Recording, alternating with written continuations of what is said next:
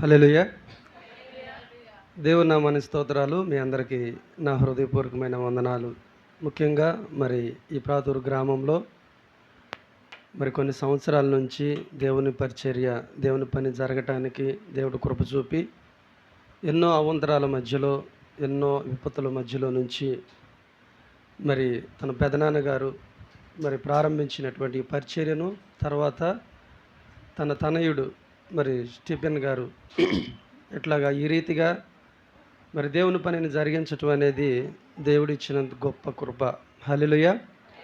ప్రియ దేవుని బిడ్డలారా, మరి ఇక్కడ ఈ రీతిగా మరి దేవుని సువార్త అందించాలని మరి అనేక విధాలుగా ఎన్నో ఒక అన్యుల మధ్యలో ఒక సువార్త సేవ జరగటం అనేది ఈ రోజున మామూలుగా సేవ అనేటువంటిది క్రైస్తవుల మధ్యలో జరగటమే కష్టమైనటువంటి పరిస్థితులు. అలాంటి స్థితిలో కూడా మరి అన్నిటిని కూడా తట్టుకొని దేవుని పని జరగటానికి మరి దేవుడు కృప చూపి ఒక మంచి ఆత్మీకమైనటువంటి దైవజనులను దేవుడు మీకు అప్పగించి ఆ దైవజనులకు కూడా మీరు ఎంతో సహకారులుగా ప్రార్థనాపూర్వకంగా అన్ని విషయాల్లో కూడా మీరు సహకరిస్తూ మరి ఈ సంఘాన్ని ముందుకు నడిపిస్తున్నటువంటి మీ సంఘమును, సంఘ సేవకులను మిమ్మల్ని అందరినీ దేవుడు దీవించునుగాక. ఆమేన్. ప్రియ దేవుని బిడ్డలారా, ఇక్కడ నేను వాక్యం చెప్పడానికి ఇక్కడ నిలబడినటువంటి వ్యక్తిని నేను ఈ ఊరు ప్రాతూరే లేలమ్మ గారి చిన్న అబ్బాయిని. మరి కొంతమందికి మీకు తెలిసే ఉండొచ్చు. అయితే నన్ను చిన్నప్పుడే లేలమ్మ గారు దత్తతకి ఇచ్చేసారు. వాళ్ళ దగ్గర అయితే నేను పెరగలేదు. అక్కడే లేలమ్మ గారు భర్త గారు చిట్టి గారు అన్నదమ్ముల పిల్లల్లో ఎన్నయ్య అని రైల్వే పనిచేసే ఆయనకు మరిమ్మ ఎన్నయ్య అనేవాడుగా వారికి చిన్నప్పుడే పాలు తాగేటప్పుడు నాకు కూడా తెలియదు, దత్తతకి ఇచ్చేసారు. రాతపూర్వకంగానే ఇచ్చేసారు. అంటే వాళ్ళకి మాకు సంబంధం లేదన్నట్లుగానే నేను పెరిగింది ఇక్కడే. దేవుని మహాకృపను బట్టి నన్ను పెంచుకున్న ఆయన కూడా మరి మంచి త్రాగుబోతు, రైల్వే పనే కానీ మంచి లోకానుసారంగా అందరికీ తెలిసిన వ్యక్తే. మరి తన పెంపకంలో పెరిగినటువంటి నేను కూడా యవ్వన ప్రాయంకి వచ్చిన తర్వాత ఆయన త్రాగుబోతు అయితే నేను వేరే త్రాగుబోతునయ్యాను. దేవుని సన్నిధిలో నేను ఎప్పుడు కూడా ఈ పరిశుద్ధ గ్రంథాన్ని పట్టుకుంటానని కానీ, దేవుని పని చేస్తానని కానీ, దేవుని సువార్త ప్రకటిస్తానని కానీ ఏనాడు నేను అనుకోలేదు. ఏనాడు కూడా నా ఆలోచనలో అసలు ఈ తలంపు లేనే లేదు. మరి ఆయన ప్రణాళికను బట్టేమో నశించిపోతున్నటువంటి ఎన్నికలైనటువంటి పంది వలె కుక్క వలె పొరిలినటువంటి నన్ను కూడా దేవుడు ప్రేమించి ఈ రీతిగా వాడుకుంటాడా అనేటువంటిది కూడా దేవుడు నాకు ఇచ్చిన గొప్ప కృపని నేను ఆనందిస్తున్నాను. హల్లెలూయా. ఈ ధన్యత మరి ఎన్నికలైనటువంటి నాకు ఇచ్చాడు. ఈ రోజున మరి మీ మధ్యలో ఏదో దేవుడు నాలో ఉంచిన మాటల్ని నాకు తెలిసినటువంటిది, నేను ఏ ట్రైనింగ్లకి వెళ్ళలేదు, ఎక్కడ చేయలేదు. మరి ఒక మాట చెప్పాలంటే నాకన్నా కూడా మీ సంఘ కాపరి, మీ దైవజనులు స్టీఫెన్ గారే మంచిగా వాక్యాన్ని బోధించగలరు, మంచి అనుభవం కలిగినటువంటి వారు. నాకు దేవుడు మరి ఇక్కడికి రావడానికి 2 దినాల నుంచి నేను దేవుని సన్నిధిలో మరి ప్రార్థిస్తూ, ప్రభువా మరి నేను అక్కడ ఏం మాట్లాడాలి, ఆ సంఘానికి ఏం అవసరమో అదే మీరు బయలుపరచండి, నేను అక్కడ నిలబడినప్పుడు మీరే నాలో ఉండి మాట్లాడండి, ఇక్కడ వచ్చినటువంటి ప్రతి ఒక్కరికి ఏ హృదయానికి ఏ వాక్ అవసరమో దానినే మీరు మాట్లాడండి. ఏది కూడా నా సొంత మాటలు కానీ నాకు సంబంధించినవి ఏవి కాకుండా మీరే మాట్లాడని 2 దినాలు ఉపవాసం ఉండి మీ మధ్యలోకి రావడానికి దేవుడు కృప చూపాడు. హల్లెలూయా.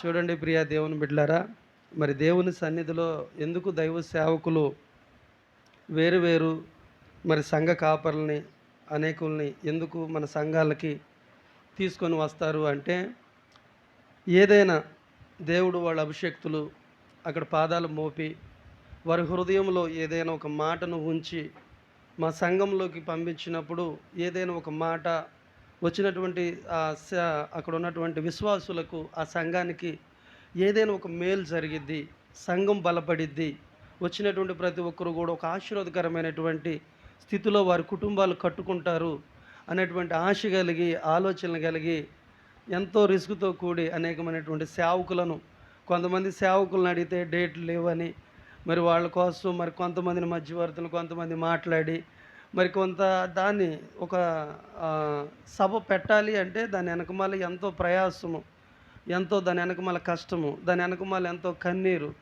ఎన్నో అవమానాలు, ఎన్నో నిందలు, ఎన్నో శ్రమలు, ఎన్నో మరి ఆర్థికమైనటువంటి ఇబ్బందులు, వీటన్నిటి మధ్యలో నుంచి దేవుని పని ముందుకు వెళుతూ ఉంటుంది. పైకి దైవ సేవకులు తెల్ల తెల్లగా పుల్ల పుల్లగా కనపడతారు కానీ, ప్రియ దేవుని బిడ్డలారా, మీ ఎదుట వాళ్ళు నవ్వుతూ, ప్రతి ఒక్కరిని కూడా నవ్వుతూ మిమ్మల్ని ఆదరిస్తూ కనపడతారు కానీ, వాళ్ళు ఒంటరిగా ఉన్నప్పుడు వాళ్ళు పడే వేదన, వాళ్ళు నలిగిపోయే స్థితి, వాళ్ళు కృంగుదల, వాళ్ళకు వచ్చేటువంటి ప్రతి ఒక్క ఆలోచన, ఒక్కొక్క సమయంలో వారి కుటుంబాలను కూడా వదిలేసి, వారి భార్య పిల్లలను కూడా వదిలేసి, సమయానికి టయానికి తిండి తినరు, కంటికి నిద్ర ఉండదు, వారికి మనశ్శాంతి ఉండదు. వారు రోజుకు వచ్చేపాటికి ఇప్పుడు విశ్వాసులు అనేటువంటి వారు వారి పనులు వాళ్ళు చేసుకుంటారు. ఉదయం, మధ్యాహ్నం, సాయంత్రం వాళ్ళు భోజనం చేస్తారు, మంచిగా వారి పిల్లలతో కుటుంబాలతో గడుపుతారు. కానీ ఒక సేవకుడిగా దేవుడు ఎన్నుకున్న తర్వాత వారికి సమయానికి తిండి ఉండదండి, కంటికి నిద్ర ఉండదు. వారు ఎప్పుడు కూడా వాడి ఆలోచన బండి మీద వెళుతున్నా, ఇంట్లో కూర్చున్నా, కుటుంబంతో గడుపుతున్నా, ఎవరితోనా మాట్లాడుతున్నా, రేపు వచ్చేటువంటిది ఆ ప్రార్థన కూడిక ఎలా చేయాలి, ఆ సభలు ఎలా జరిగించాలి, ఎవరితో మాట్లాడాలి, ఎవరు మనకు సహకరించేవారు, ఎవరు మనకు నిలబడతారు, ఎవరు మనతో మరి కుడిభుజాలుగా నిలబడి మనల్ని నడిపిస్తారు అని సేవకురాళ్ళు ఎప్పటికప్పుడు వాళ్ళు నలుగుతూ ఉంటారు. ప్రియ దేవుని బిడ్డలారా, గమనించండి. నేను దేవుళ్ళకి వచ్చిన తర్వాత నాకు అర్థమైంది ఏంటి అంటే, ఒక మంచి పని చేయటానికి ఇన్ని కష్టాలు పడాలా. చెడు పని చేయడానికి నేను ఎప్పుడు కూడా అంతగా నేను రిస్క్ పడలేదు, కన్నీరు కార్చలేదు, బాధపడలేదు. నేను నన్ను దేవుళ్ళకి పిలిచినాక, అంటే నేను ఇక్కడికి వచ్చింది ఏదో నా గొప్పతనాన్ని గురించి చెప్పడానికో, నేనేదో పెద్ద ఫైల్ మ్యాన్ అని చెప్పుకోవడానికైతే కాదు.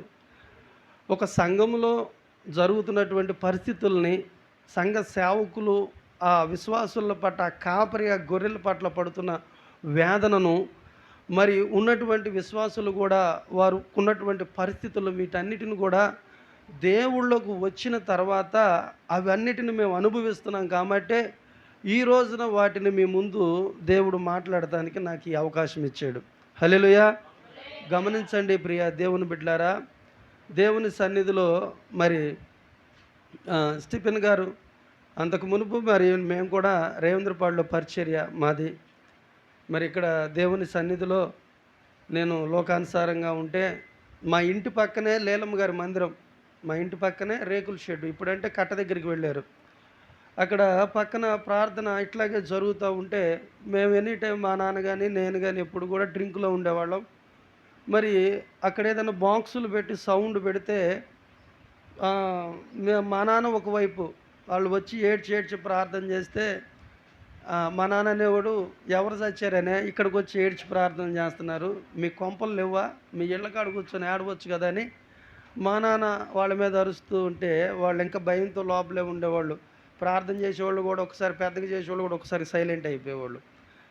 తర్వాత ఎప్పుడన్నా నేను ఇంటికాడ ఉంటే, అది ఏదన్నా మరి టీవీలు చూస్తాం కదా, మీరు ఎవరు చూడరు అనుకుంటా నాకు తెలిసి. టీవీలు చూసేటప్పుడు మరి వాళ్ళు ఆ బాక్సులు అవి పెట్టినప్పుడు, మరి మా సినిమా చూసేటప్పుడు ఇంట్రెస్ట్ చూస్తాం మనం, సీరియల్స్, సినిమాలు. మరి ఆ మాట, ఆ డైలాగులు మనకి వినపడదు, కన్ఫ్యూజ్ కదా.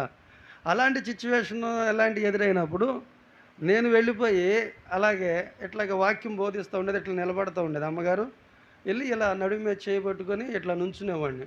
నుంచొని నన్ను చూడగానే, అమ్మాయి వాడు అభివృద్ధి కూడా వచ్చాడు, నా పేరు అమృతరావు కదా, అభివృద్ధి కూడా వచ్చాడు, కొంచెం సౌండ్ తగ్గింది అంటే నేను ఇట్లాగే మాట్లాడలేకుండా, ఏంటి మేము ఉండే పని లేదా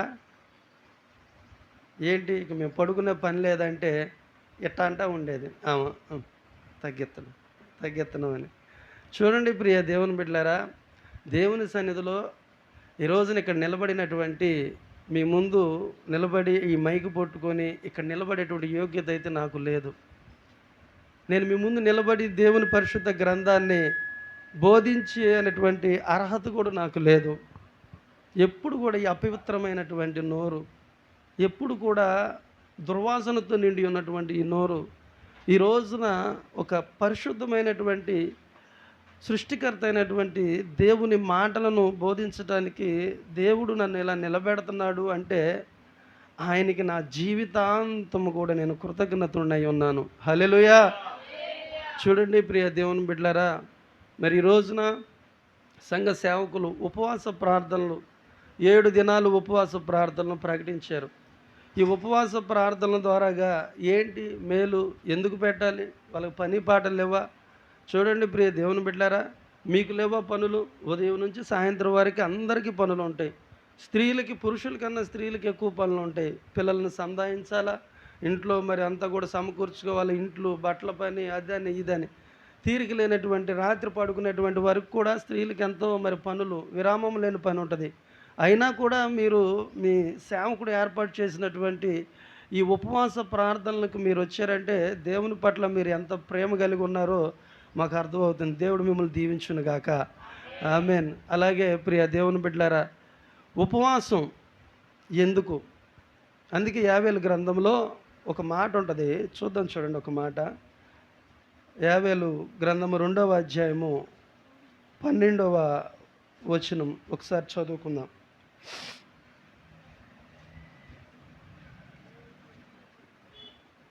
యావేలు గ్రంథము 2వ అధ్యాయము 12వ వచనం.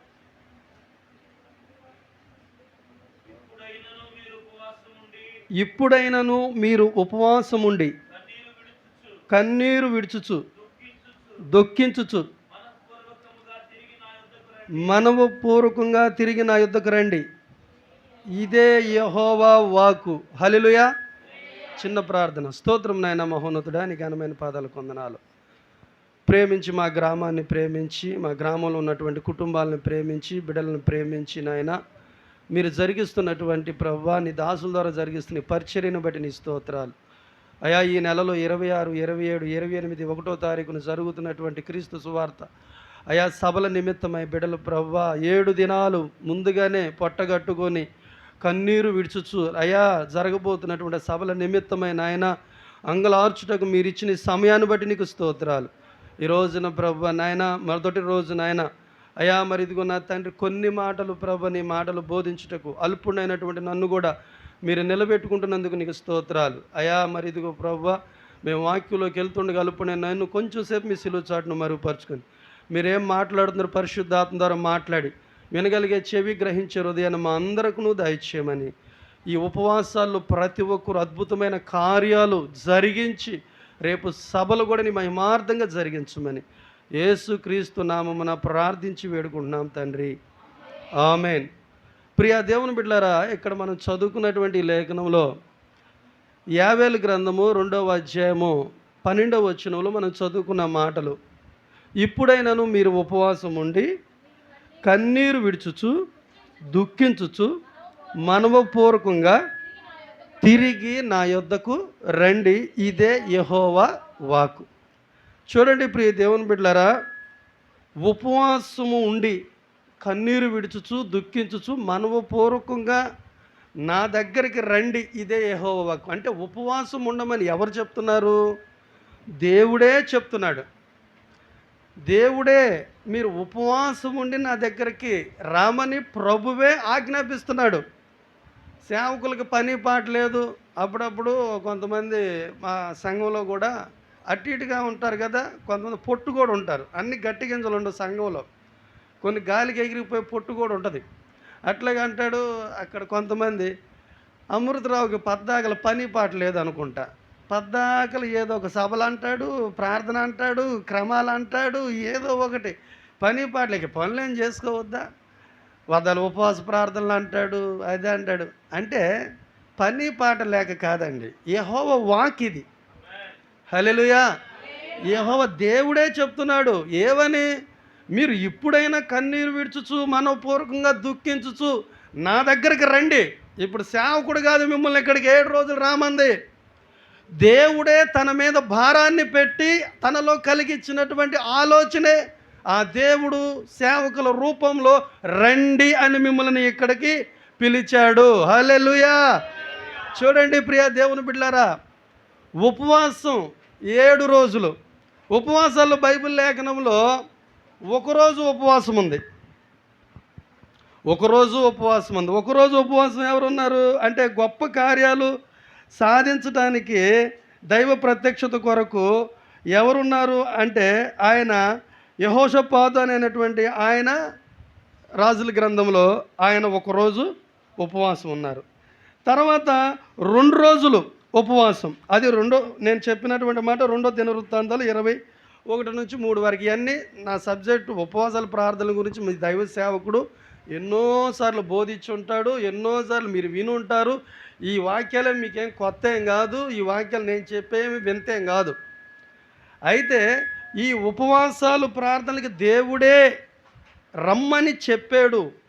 మీరు మనోపూర్వకంగా రావాలి, దుఃఖించుచు మనోపూర్వకంగా. ఇప్పుడు వరకు ఒకవేళ మీరు ఉపవాసాలు మీరు పొట్టగట్టుకొని దేవుని సన్నిధిలో సంఘాల కొరకు, మీ కుటుంబాల కొరకు, మీ బిడ్డల కొరకు మీరు కన్నీరు కార్చకుండా పొట్టగట్టుకోకుండా ఉన్నారేమో. ఇకనైనా దేవుడు ఇంకొక సంవత్సరం ఇచ్చాడు, ఇంకొక నెల ఇచ్చాడు, ఇంకొక రోజు ఇచ్చాడు. ఇప్పుడైనా నీవు ఉపవాసం ఉండి కన్నీరు విడుచుచు మనోపూర్వకంగా దుఃఖిస్తూ నా దగ్గరికి రా. ఇదే నా మాట, వాక్కు. ఆజ్ఞ అతిక్రమే పాపం, పాపం వల్ల వచ్చు జీతం మరణం. దేవుడు ఆజ్ఞ ఇచ్చాడండి. ఆజ్ఞను అనుసరించకపోతే దానికి వచ్చేటువంటి ప్రతిఫలం పాపం. ఈ పూటకి నేను మందిరానికి వెళ్ళాల, ఉపవాస ప్రార్థనలు 7 దినాలని ప్రకటించారు. నీవు ఎన్నో పనులు పెట్టుకుని రాకపోతే ఆజ్ఞ మీరినట్టే కదా. ఆజ్ఞ మీరినప్పుడు దేవుడు చెప్పిన ఆజ్ఞ మీరితే దానివల్ల వచ్చేది ఏంటి? దాని వలన కుటుంబానికి ఆశీర్వాదానికి బదులుగా, నీకు ఆశీర్వాదానికి బదులుగా పాపం వస్తుంది అనేది మనం ఎవరం కూడా గ్రహించం. అన్నిటికీ సమయాలను ఇస్తాం, కానీ దేవుని సన్నిధికి వెళ్ళడానికి మాత్రం అనేకమైనటువంటి కారణాలు చెబుతాం, 1,00,000 కారణాలు చెబుతాం. చూడండి ప్రియ దేవుని బిడ్డలారా, 1,00,000 కారణాలు చెబుట వలన ఒకవేళ నీ అంతటికి నీవు దేవునికి సమయం ఇవ్వకోకుండా నీవు ఆగితే దాని వలన నీవే నష్టపోయేది. దాని వలన నీ కుటుంబానికే కొన్ని గలిబిలులు జరిగేది, నీ బిడ్డల ఎదుగుదలలో కొన్ని పరిస్థితులు తారుమారయ్యేది. అందుకే దేవుడు చెబుతున్న మాట, సంఘాన్ని, గ్రామాన్ని, మిమ్మల్ని ప్రేమించి దేవుడు 7 దినాలు ఉపవాస ప్రార్థనలు ఇచ్చారు.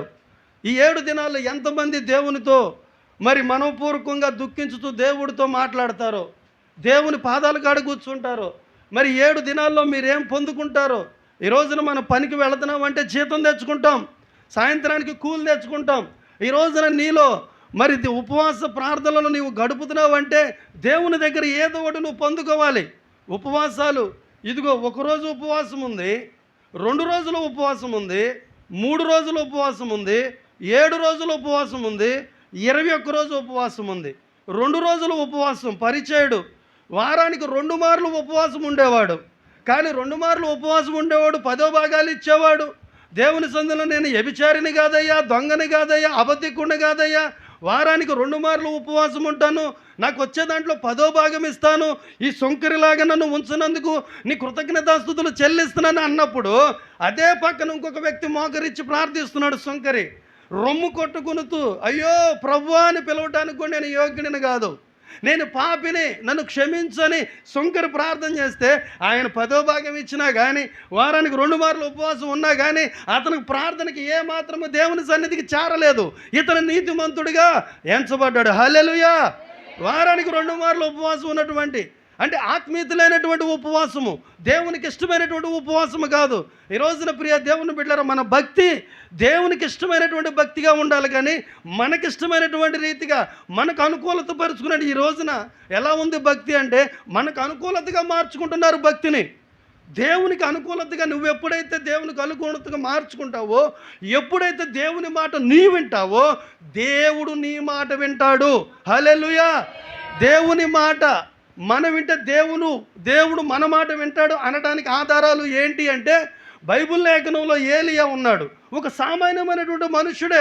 చూడండి, ఏలియా ప్రార్థించినప్పుడు వర్షాన్ని ఆపు ప్రభు అంటే ఒక మానవుడు మాట ఇదిగో దేవుడు విన్నాడండి, వర్షాన్ని ఆపమంటే ఆపేసాడు. చూడండి, ఇప్పుడు మానవుడు మాట దేవుడు విన్నాడా వినలేదా? విన్నాడు. హల్లెలూయా. ఎందుకని? ఒక మానవుడు మాట దేవుడు విన్నాడు అంటే దేవుని మాట మానవుడు విన్నాడు కనుక. ఈ రోజున నువ్వు దేవుని మాట వినేటువంటి స్థితిలో ఉంటే నువ్వు మాట్లాడే ప్రతి ఒక్క మాట ప్రార్థన దేవుడు వింటాడు, దానికి ప్రతిఫలాన్ని ఇస్తాడు. హల్లెలూయా.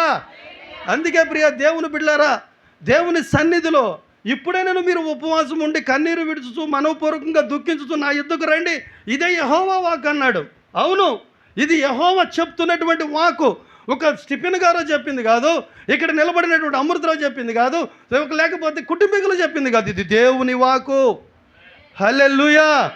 అందుకే ప్రియ దేవుని బిడ్డలారా, 2 దినాలు ఉపవాసం ఉన్నటువంటి వ్యక్తి పరిసైడు ప్రార్థన దేవుని సన్నిధి చేరలేదు. ఎందుకంటే తనంతడుకు తనే నేను నీతిమంతుడు అనుకున్నాడు, తనంతడుకు తనే నేను బాగానే ఉన్నాను అనుకున్నాడు. హృదయం అంతా కూడా ఎదుటి వారిని నీ వలె నీ పొరుగు వారిని ప్రేమించు అనేటువంటి ఆజ్ఞను మీరి పక్కనున్నటువంటి ఒక విశ్వాసిని అంటే ప్రార్థించేటువంటి సుంకరిని ప్రేమించలేనటువంటి ఆ భక్తి దేవునికి నచ్చలేదు. అలాగే 3 దినాలు ఉపవాసం బైబిల్లో ఎస్తేరు తన స్వజనుల కోసం 3 దినాలు ఉపవాసం ఉంది. 3 దినాలు రాణిగా ఉంది. మర్దికై అంటాడు కదా, ఎస్తేరే ఇదిగో నీ స్వజనులందరూ కూడా నశించిపోతుంటే ఈ రోజున నీవేమో రాణి సింహాసనం మీద నువ్వు కూర్చున్నావు కదా, నీ పాటికి నీవు క్షేమంగానే నా ప్రాణానికి నేను మంచిగానే ఉన్నానని నువ్వు అనుకుంటున్నావు. ఒకవేళ నీ యొద్ద నుంచి సహాయం అందకపోవచ్చు, దేవుడు నాకు ఏదో ఒక దిక్కున మాకు సహాయాన్ని అందిస్తాడు. హల్లెలూయా. తన రాజు దగ్గరికి వెళ్ళడానికి రాజు ఆజ్ఞ లేకుండా అపాయింట్మెంట్ లేకుండా వెళితే అక్కడ ఉన్న భటులు చంపేస్తారు. అది రాజాజ్ఞ, వెళ్ళడానికి అవకాశం లేదు. నేనేం చేయాలి? అందుకే తనంది, ఇదిగో నా చెలికత్తులతో నేను 3 దినాలు ఉపవాసం ఉంటాను, మీరు కూడా నా నిమిత్తమై ప్రార్థన చేయండి. ప్రియ దేవుని బిడ్డలారా, ఎందుకు ప్రార్థన చేయమంది? ఈ రోజున నీ సంఘాని కోసం, సంఘ సేవకుల కోసం విశ్వాసులు ప్రార్థన చేయాలి. ఎందుకో తెలుసా? వాళ్ళు అనేక మార్లు ప్రార్థనలు ప్రయాణాలకు వెళుతూ ఉంటారు, అనేక విధాలుగా వాళ్ళు తినగా ఉంటారు, అనేక విధాలుగా వాళ్ళు నలుగుతూ ఉంటారు. వారిని మన ఒక తల్లిదండ్రుల కోసం బిడ్డలు ఎట్లాగా ఆలోచన చేస్తారో, ఒక సంఘ కాపరి ఆత్మీయ తండ్రి తల్లి కూడా వారి గురించి ప్రార్థించవలసిన అవసరం మనకి, బాధ్యత మనకుంది, భారం మనకి ఉన్నది. హల్లెలూయా. అందుకే ప్రియ దేవుని బిడ్డలారా, 3 దినాలు ఉపవాసం ఉంది ఎస్తేరు, తన స్వజనులను రక్షించుకుంది. 7 దినాలు ఉపవాసం ఉన్నాడు దావీదు. ఊరియా భార్య బెస్తబాకు, వారికి ఇరువురు మధ్యలో పాపంలో పుట్టినటువంటి బిడ్డ కొరకు జబ్బుపడి ఉంటే ఆ బిడ్డ కొరకు 7 దినాలు ఉపవాసం ఉన్నాడు. అయితే 7 దినాలు ఉపవాసం ఉన్నా కానీ ఆ బిడ్డ జబ్బుపడి ఉంది కానీ చనిపోయింది.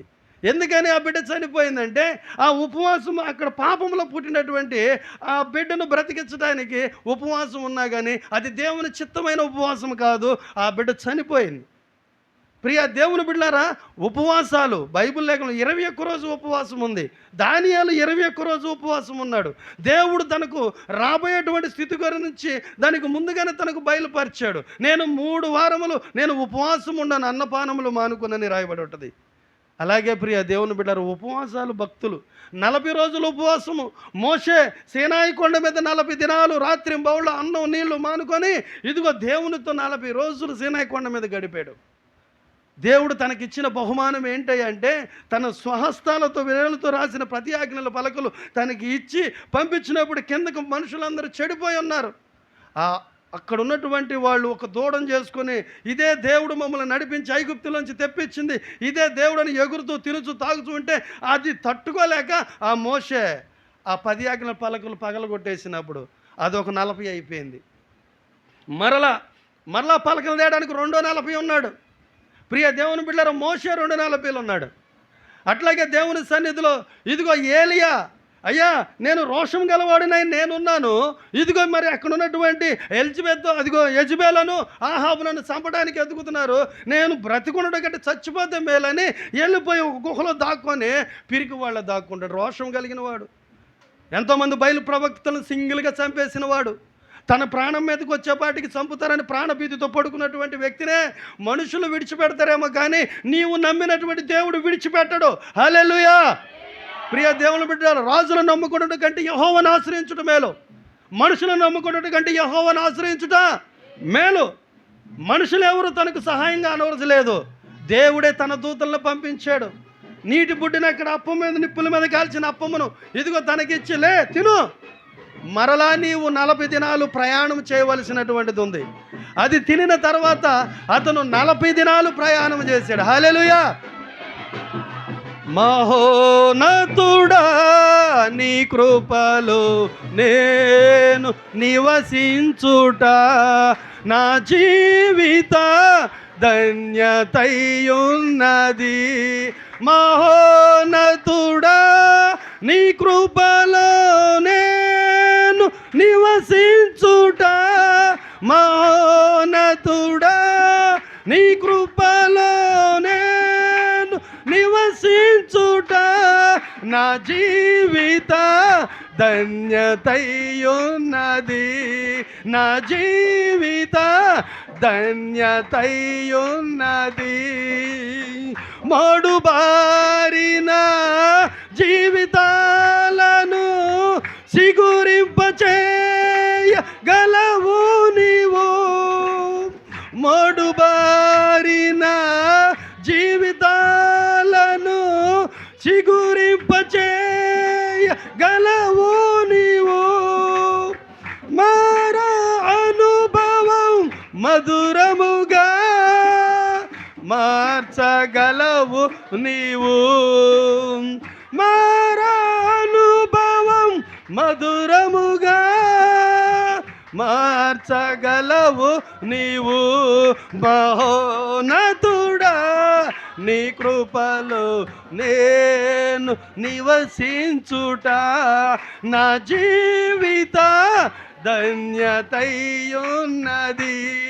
మహోన్నతుడా నీ కృపలో నేను నివసించుట మహోన్నతుడా నీ కృపలో నేను నివసించుట నా జీవిత ధన్యతయున్నది.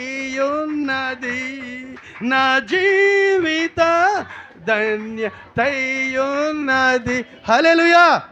చూడండి ప్రియ దేవుని బిడ్డలారా, దేవుని సన్నిధిలో ఉపవాసాలు ఉన్నటువంటి భక్తులు ఉన్నారు చాలామంది. అయితే నేను ఈ ఉపవాసం గురించి 2 మాటలు చెప్పి తర్వాత దేవుడు నా మధ్యలో పెట్టినటువంటి మాటలను చెప్పాలని ఆశ కలిగి నీ ముందు నిలబడ్డాను. యెహోషువ గ్రంథము చూద్దాం. చూడండి, యెహోషువ గ్రంథము 1వ అధ్యాయము 1 నుంచి చదువుకుందాం.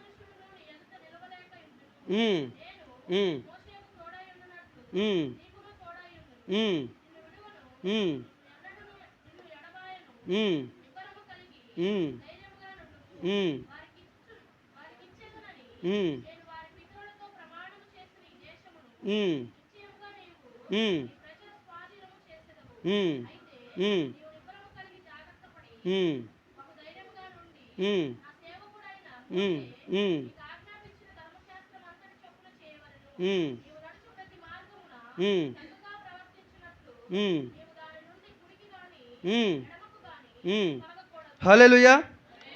చూడండి ప్రియ దేవుని బిడ్డలారా, మొదటి మాట ఇంకొకసారి చదువమ్మా. యెహోవా సేవకుడైన మోషే మృతి నొందిన తరువాత యెహోవా నూను కుమారుడు మోషే పరిచారకుడునైన యెహోషువకు ఇలాగూ సెలవిచ్చెను. హల్లెలూయా. చాలమ్మా. చూడండి ప్రియ దేవుని బిడ్డలారా, ఇక్కడ మనం చదువుకున్నటువంటి ఈ లేఖనంలో యెహోషువ గ్రంథంలో మోషే చనిపోయిన తర్వాత ఇక్కడ రాయబడినటువంటి మాట మనం చదువుకున్నాం. మోషే చనిపోయిన తర్వాత మోషే పరిచారకుడైనటువంటి యెహోషువతో దేవుడు మాట్లాడుతున్నాడు. హల్లెలూయా. చూడండి ప్రియ దేవుని బిడ్డలారా, ఐగుప్తు దేశంలో బానిసత్వంలో ఉన్నటువంటి ఇశ్రాయేల్ జనాంగాన్ని అక్కడి నుంచి వాగ్దాన భూమి అయినటువంటి పాలు తేళ్లు ప్రవహించు కానాను దేశాన్ని నడిపించడానికి మోషేను దేవుడు ఎన్నుకున్నాడు. మోషేను దేవుడు ఇశ్రాయేల్ జనాంగాన్ని నడిపించే ఒక నాయకుడుగా, సేవకుడుగా దేవుడు ఎన్నుకున్నాడు.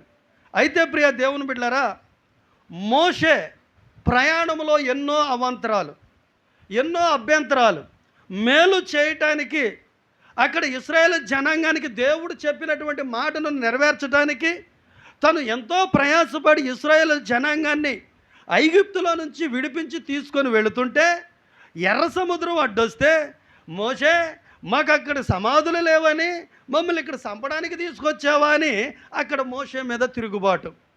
దేవుడు కృపను బట్టి ప్రార్థించగా, మోషే నీ చేతిలో ఉన్న కర్రను అటువైపు చూపించని ఎర్ర సముద్రం 2 పాయలు చేశాడు. 6 నేల మీద మేఘస్తంభాలను, అగ్నిస్తంభాలను ఉంచి ఇశ్రాయేలీయులకు ఎటువంటి హాని జరగకుండా ఎర్ర సముద్రాన్ని దాటిచ్చాడు. అలాగే తర్వాత మారాను మధురంగా మార్చాడు. మాంసం కావాలంటే మాంసాన్ని ప్రభువుని అడిగి మాంసాన్ని పళ్ళల్లో ఇరుక్కుపోయేంతగా తినేటట్టుగా మాంసాన్ని కూడా సిద్ధపరిచాడు. నీళ్లు కావాలి అంటే బండ నుంచి నీళ్లను రప్పించాడు. ఈ విధంగా అనేక విధాలుగా దేవుని ప్రజల పట్ల తన బాధ్యత కలిగి దేవుడు తన మీద పెట్టిన భారాన్ని బట్టి ఇశ్రాయేల్ జనాంగాన్ని నడిపిస్తూ ఉండగా కొంత యోర్దాను నది దగ్గరికి వచ్చేసరికి అక్కడ యోర్దాను నది దాటి అవతలకు వెళితే యెరికో పట్టణం. యెరికో పట్టణము మరి దాటి వెళ్ళాలి. ఇక్కడికి వచ్చేసరికి జరిగినటువంటిది ఏంటి అయ్యా అంటే, అక్కడికి వచ్చేసరికి ఇక్కడ రాయబడి ఉంది, మోషే మృతి పొందుతాడు. దేవుడు ముందుగానే చెప్తాడు, మోషే నీవు అక్కడ దాకా వెళతావు, కానీ ఇదిగో నీవు నేను ఇవ్వబోతున్నటువంటి వాగ్దాన భూమిలో నీవు చేరవు. అది ముందుగానే దేవుడు చెప్పిన మాట ప్రకారమే దానిని నెరవేర్పులో బైబిల్ లేఖనంలో భక్తులు రాసి పెట్టారు. ఈ రోజున మనం ధ్యానిస్తున్నాం. అయితే ఇక్కడ రాయబడినటువంటి మాట మనం గమనించుకున్నట్లయితే, మోషే తర్వాత తనకు ఎవరు దేవుని ప్రజలను నడిపించడానికి దేవుడు ఎన్నుకున్నాడు అంటే, ఎవరిని ఎన్నుకున్నాడంటే యెహోషువను ఎన్నుకున్నాడు. హల్లెలూయా. ఇక్కడ రాయబడినటువంటి మాట, యెహోషువ ఎవరు? మోషేకు పరిచారకుడై ఉండెను అని రాయబడి ఉంది. ప్రియ దేవుని బిడ్డలారా, పని దేవుని ప్రజల పట్ల ఆ పని దేవుడు ఎవరికి పడితే వారికి దేవుడు అప్పచెప్పడు. ఎవరైతే దానికి పని చేయటానికి సామర్థ్యం కలిగి వారు సమర్పణ కలిగి దేవుని కొరకు వారు ప్రతి ఒక్క నిమిషాన్ని ఖర్చు పెడుతూ ఉంటారో, అటువంటి వారికి త్యాగశీలులై ఉంటారో, అటువంటి వారికే దేవుడు బాధ్యత కలిగి చేస్తారో, అటువంటి వారికే దేవుని పనిని అప్పగిస్తాడు.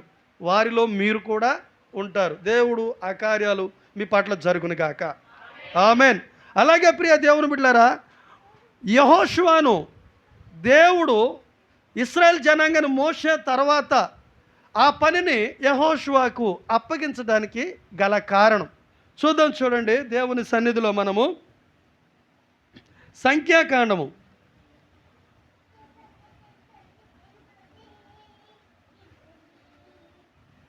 27వ అధ్యాయము 15వ వచనం.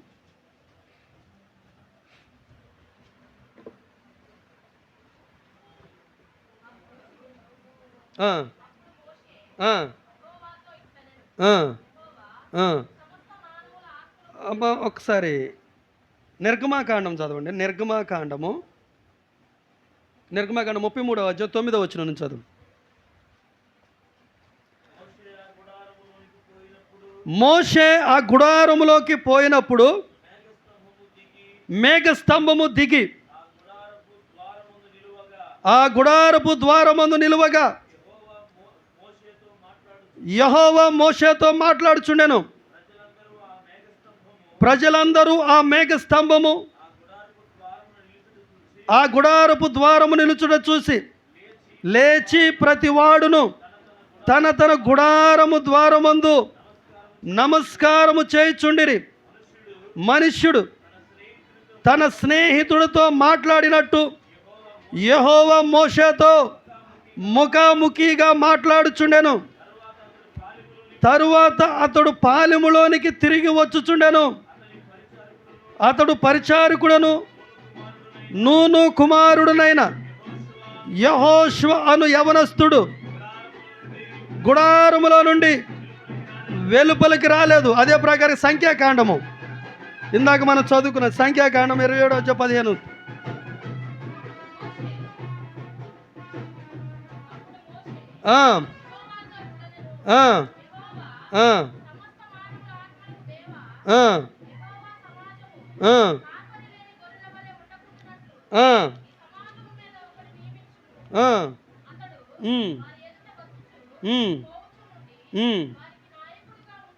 వారికి నాయకుడిగా ఉండుటకు సమర్థుడై ఉండవలెను. అందుకు యెహోవా మోషేతో ఇట్లా నేను నూను కుమారుడునైన యెహోషువ ఆత్మను పొందినవాడు, నీవు అతనిని తీసుకొని అతని మీద నీ చేయి ఉంచి యాజకుడగు ఎలియాజరు ఎదుటను సర్వ సమాజము ఎదుటను అతని నిలువబెట్టి వారి కన్నుల ఎదుట అతనికి ఆజ్ఞయము. ఇశ్రాయేలు సర్వ సమాజము అతని మాట వినునట్లు అతని మీద నీ ఘనతలో కొంత ఉంచుము. హల్లెలూయా, హల్లెలూయా. చూడండి ప్రియ దేవుని బిడ్డలారా, ఇక్కడ మోషే తర్వాత ఆ నాయకత్వాన్ని, తన ప్రజలు నడిపించేటువంటి అధికారాన్ని, ఆ బాధ్యతను యెహోషువకు ఇవ్వటానికి గల కారణం ఏంటి అంటే, దేవుడే చెప్పాడు మోషేతో, మోషే ఇదిగో నీవు యెహోషువను నీ చేతులుంచి అతని మీద ప్రార్థించు, ఇదిగో నీలో ఉన్న ఘనత కొంచెం అతని మీద ఉంచుము.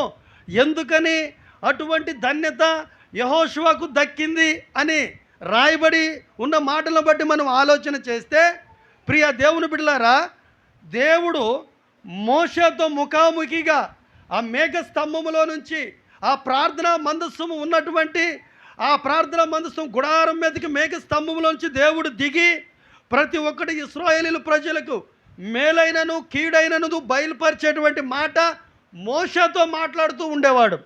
ఈ మోషేతో చెప్పేటువంటి సమయంలో మోషేతో పాటు ఎవరు ఉండేవారయ్యా అంటే, మోషే ఎక్కడికి వెళితే అక్కడ మోషేకు పరిచారకుడిగా యెహోషువ మాత్రమే ఉండేవాడు. హల్లెలూయా. ఈ వాక్యం ఏంటి నా ప్రియ దేవుని బిడ్డలారా, దేవుని సన్నిధిలో ఈ రోజున సంఘములో నీవు కొన్ని సంవత్సరాలను బట్టి నీవు దేవుని వెంబడిస్తూ ఉండొచ్చు, కొన్ని సంవత్సరాలను బట్టి నీవు బాప్తిస్మం పొందుకొని ఉండొచ్చు, కొన్ని సంవత్సరాలను బట్టి నువ్వు ప్రార్థన జీవితం కలిగి ఉండొచ్చు. ప్రియ దేవుని బిడ్డలారా, ఆచారమైన భక్తి, అలవాటైన భక్తి, ఏదో నీకు తీరిక కలిగినప్పుడు, ఏదో నీకు వ్యాధులు బాధలు, నీకేదో సమస్యలు వచ్చినప్పుడు, నీ కుటుంబంలో ఉన్నటువంటి పరిస్థితులను బట్టి దేవుణ్ణి ఆశ్రయించి నీ అవసరతలన్నీ తీరిన తర్వాత నీవు ఒడ్డుకు వెళ్ళిన తర్వాత దేవునితో పని లేదు, దేవుని సంఘముతో పని లేదు, దైవ సేవకుడితో పని లేదు అని నీ అంతటికి నీవు ఒకవేళ అనుకోవచ్చు. కానీ దాని ప్రకారముగా నీ స్వనీతి నువ్వు ఆధారం చేసుకుంటే స్వనీతి పరులు దేవుని రాజ్యాన్ని స్వతంత్రించుకోలేరు. ఈ వాక్యం ఏంటి నా ప్రియ దేవుని బిడ్డలారా, దేవుని సన్నిధిలో నీవు దేవుని పని చేసే గొప్ప భాగ్యాన్ని దేవుడు నీకు ఇస్తున్నాడు అంటే ఇంకెవరు మనుషులు లేరనే, ఇంకెవరు కూడా దానికి అర్హులు కారనే కాదు. నీవు దేవుణ్ణి నీ వెంబడించేటువంటి విషయంలో నువ్వు ఎప్పుడైతే యెహోషువలాగుంటావో, ఎప్పుడైతే ఒక యాజకుడైనటువంటి మోషేను ఎలాగ హత్తుకొని ఉన్నాడో, మోషే ఎక్కడికి వెళితే అక్కడికి వెళ్ళాడో, మోషేతో పాటు గడుపుతూ ఉన్నాడో, అందరూ కూడా గుడారముల నుంచి వచ్చారు కానీ యెహోషువ మాత్రం రాలేదట.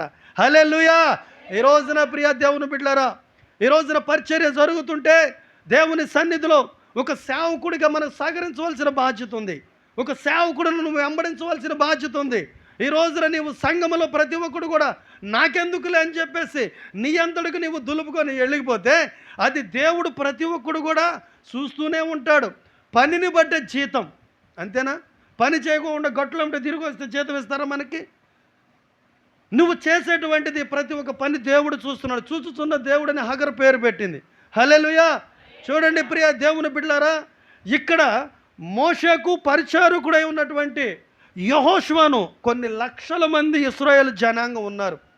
కొన్ని లక్షల మంది జనాల్లో మరి దేవుడు ఎవరిని కూడా మరి పలానోళ్ళు ఉన్నారు, వాళ్ళు ఉన్నారు, ఇదిగో వాళ్ళని నువ్వు చేతులుంచి ప్రార్థించు, నువ్వు ఇలా చేయి అలా చేయని చెప్పలేదు. ఒకే ఒకరి పేరు చెప్పారు. ఆ ఒక్కరి పేరే యెహోషువ. ఆ యెహోషువ మీద చేతులుంచి ప్రార్థించమన్నాడు. ఆ యెహోషువ లిస్టులో ఒకవేళ నీవు ఇప్పుడు వరకు ఉండలేదేమో, దేవుడి ఉపవాస ప్రార్థన ద్వారా నీతో చెప్తున్న మాట ఏంటో తెలుసా?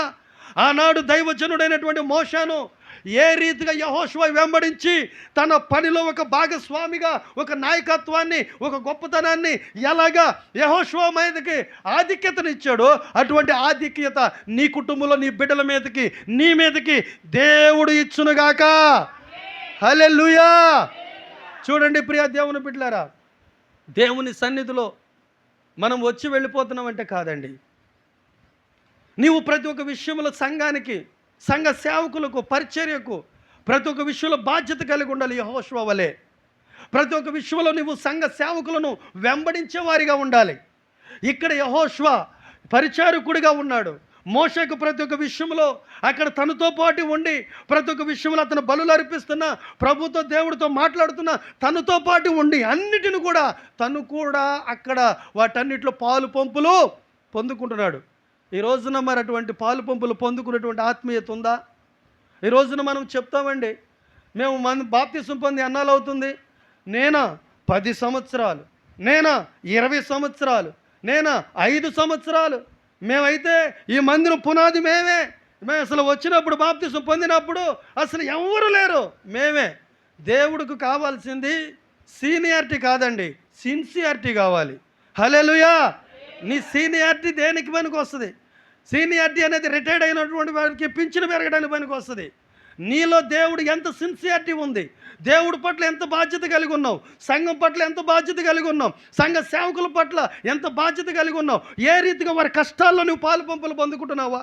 ఈ రోజున ఎలా జరుగుతుంది ఏంటి, ఈ సభలేంటి, ఈ ప్రార్థన ఏంటి, అక్కడ ఉన్నటువంటి పరిస్థితులు ఏంటి, నువ్వు సేవకుని వెంబడించి దానికి ఉన్న లోటుపాట్లు తెలుసుకునేటువంటి అనుభవంలో నీవు ఉన్నావా? నీకేదైనా బాధ వస్తే సేవకుడు ప్రార్థించాలి. నీకేదైనా శ్రమ వస్తే, ఒకవేళ ఏదైనా సమయంలో అర్ధరాత్రి పిల్లలకు బాగాలేదు, ఆ సమయంలో కూడా నువ్వు ఫోన్ చేస్తావు, పిల్లలకు బాగాలేదు రా అని చెప్పేసి అంటే, ఒకవేళ అతను కనుక రాలేదు, ఎందుకు వస్తాడు పాస్టర్ గారు? మా ఇళ్ళకి ఎందుకు వస్తారు? వాళ్ళు ఏ స్థితిలో ఉన్నారో నీకు తెలియదు, ఎలా ఉన్నారో తెలియదు, మా ఇళ్ళకి రారు. నువ్వైతే వెంబడించవు, నువ్వైతే సహకరించవు, నువ్వైతే వాళ్ళ కష్టాల పాలు పంపులు పొందుకోవు, వాళ్ళు ఉన్న బాధలో నువ్వు ఒక ఆత్మీయంగా నువ్వు ఒక బిడ్డగా బాధ్యతను పంచుకోవు. నీకు వెంబడించే కష్టాల్లో, వాళ్ళ బాధల్లో వెంబడించే అనుభవం లేదు. కానీ నీకు మాత్రం వాళ్ళ ద్వారా ఒక చిన్న పొరపాటు జరిగితే మాత్రం పెద్ద పెద్ద బ్యానర్లు వేస్తాం, పెద్ద పెద్ద ఫ్లెక్సీలు వేస్తాం. చూడండి ప్రియ దేవుని బిడ్డలారా, మనమైతే ఎన్ని మాటలైనా మాట్లాడవచ్చు. ఒక సేవకురాల నోట ఏదైనా ఒక చిన్న పొరపాటు మాట, ఏదైనా ఒక మిస్టేక్ జరిగిందనుకో, దానిని ఎంత పబ్లిసిటీ చేస్తాం మనం. అమ్మగారు చూసారా ఎంత మాట ఉందో, అయ్యగారు చూసారా ఎంత మాట అన్నాడో. మనమైతే సాటు బోర్డుని ఎన్ని మాటలైనా మాట్లాడవచ్చు, అవన్నీ దేవుడేనడా? చూడండి ప్రియ దేవుని బిడ్డలారా, ఆత్మీయ తల్లిదండ్రులు అన్నాక ఈ రోజున పిల్లలు ఉన్నారు, మన కడుపును పుట్టిన పిల్లలు ఉన్నారండి. ఈ రోజున కడుపును పుట్టిన పిల్లలు వాళ్ళు ఏదన్నా ఒక మాట అన్నప్పుడు, లేకపోతే తల్లిదండ్రులు అన్నప్పుడు ఆ పిల్లల్ని వదిలేస్తామా? ఆ పిల్లలు నలుగురిలో వెళ్ళి అల్లరి చేస్తామా? మన పిల్లలు ఏదైనా పొరపాటు జరిగితే కడుపులో పెట్టుకొని దాచుకుంటాం గుట్టుగా. ఈ రోజున ప్రియ దేవుని బిడ్డలారా, దేవుని సన్నిధిలో వెంబడించే అనుభవంలో ఉండాలి. ఈ రోజున అక్కడ మోషే పరిచారకుడైనటువంటి యెహోషువ గొప్ప ధన్యత ఎందుకు దక్కిందంటే, యెహోషువ మోషేని వెంబడించే అనుభవంలో ఉన్నాడు. మోషేతో కష్టాల్లో, సుఖాల్లో, ప్రతి ఒక్క విషయంలో పాలు పంపుల అనుభవంలో ఉన్నాడు. ఈరోజు నువ్వు అనుభవంలో ఉన్నావా? సంఘాన్ని, సంఘ సేవకులను, సంఘంలో ఉన్న ప్రతి ఒక్క విషయంలో వెంబడించే అనుభవంలో నువ్వు ఉన్నావా? ఒకవేళ లేకపోతే నువ్వు ఈ రోజునైనా ఈ ఉపవాస ప్రార్థన ద్వారాగా నీవు కూడా ఆ కుటుంబంలో ఒక మనిషివే. ఈ రోజున ఎక్కడ మన కడుపును పుట్టిన పిల్లలే ఏదైనా ఒక పని పాట లేకుండా తిరిగితే నువ్వేంటారే, చిన్నప్పటి నుంచి కష్టాలు పడి మిమ్మల్ని పెంచితే పని పాట లేకుండా పోరంబోకలో తిరుగుతున్నావని కడుపును పుట్టిన పిల్లల్ని అంటావు. ఈరోజు సంఘంలో నువ్వు ఉండి నీవు కూడా బాధ్యత లేకుండా తిరిగితే సేవకురాలు అట్లా అనగలరా? అనలేరు. కాకపోతే దానికి ఆత్మీయంగా నువ్వే ఆలోచన చేసి దానిలో ప్రతి ఒక్క విషయంలో కూడా నువ్వు వెంబడించే అనుభవంలో ఉండాలి. హల్లెలూయా. నువ్వు ఎప్పుడైతే వెంబడించే అనుభవంలో ఉంటావో, దేవుడు యెహోషువకి ఇచ్చిన గొప్ప కృప ధన్యత నీకు నీ కుటుంబానికి కూడా దేవుడు ఇచ్చునుగాక. ఆమెన్. హల్లెలూయా. నిన్నటి దినాన ప్రియ దేవుని బిడ్డలారా, విజయవాడలో రమేష్ గారు ఉండేటువంటి హోసన్న మందిరానికి మేము వెళ్ళాం.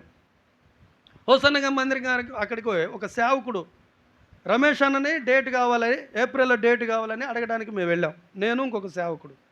అక్కడికి వెళ్తే రమేష్ అన్న లేరు, ఆయన చెన్నై వెళ్ళారు, పాటల రికార్డింగ్కి రేపు గుడారాలకి అని చెప్పారు.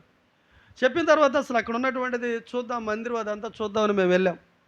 వెళ్ళిన తర్వాత ప్రియ దేవుని బిడ్డలారా, అక్కడ ఉన్నటువంటి యవనస్తులైనటువంటి వారు స్టాండ్లు వేసుకొని అది సీలింగ్ అంతా ఫ్యాన్లన్నీ తుడుతున్నారు. ఒకళ్ళు యవనస్తులైనటువంటి పిల్లలు, స్త్రీలు వాళ్ళు చేయాల్సిన పనులు వాళ్ళు చేస్తున్నారు. సరే, నేను కొంచెం బాత్రూంలోకి కొంచెం మొహం వాష్ చేసుకుందాను బాత్రూంలోకి వెళ్తే ఇద్దరు యవనస్తులు సేవకుల వస్త్రాలు అక్కడ ఉన్నటువంటివి డబరాల్లో అక్కడ టబ్బుల్లో వేసుకొని బ్రష్ కొడుతూ సబ్బు రుద్దుతూ మగపిల్లలండి, మగపిల్లలు సేవకుల వస్త్రాలని శుభ్రంగా సబ్బు రాసి బ్రష్ కొడుతూ వాటన్నిటిని కూడా శుభ్రం చేస్తూ ఉన్నారు. చూడండి, వారికి తల్లిదండ్రులు లేరా? చదువుకున్న పిల్లలు, చదువు తగిన మంచి జాబులు వస్తాయి వాళ్ళకి. ఇక్కడ రాయబడి ఉంది, యవనస్తులైనటువంటి అక్కడ యెహోషువ అంట ఆ గుడారంలో నుంచి బయటికి రాలేదంట. యవన కాలమందు నా కాడి బయట మేలు.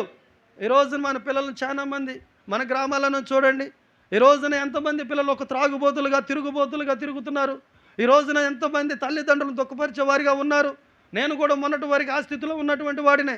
ఒక కొడుకునని గారాభంగా పెంచితే ఈ రోజున వాళ్ళు ఇదిగో పిల్లోడినైతే వాడు ఏదో మనకు ఉద్ధరిస్తాడని ఆశలు పెట్టుకుంటారు ప్రతి ఒక్క తల్లిదండ్రులు.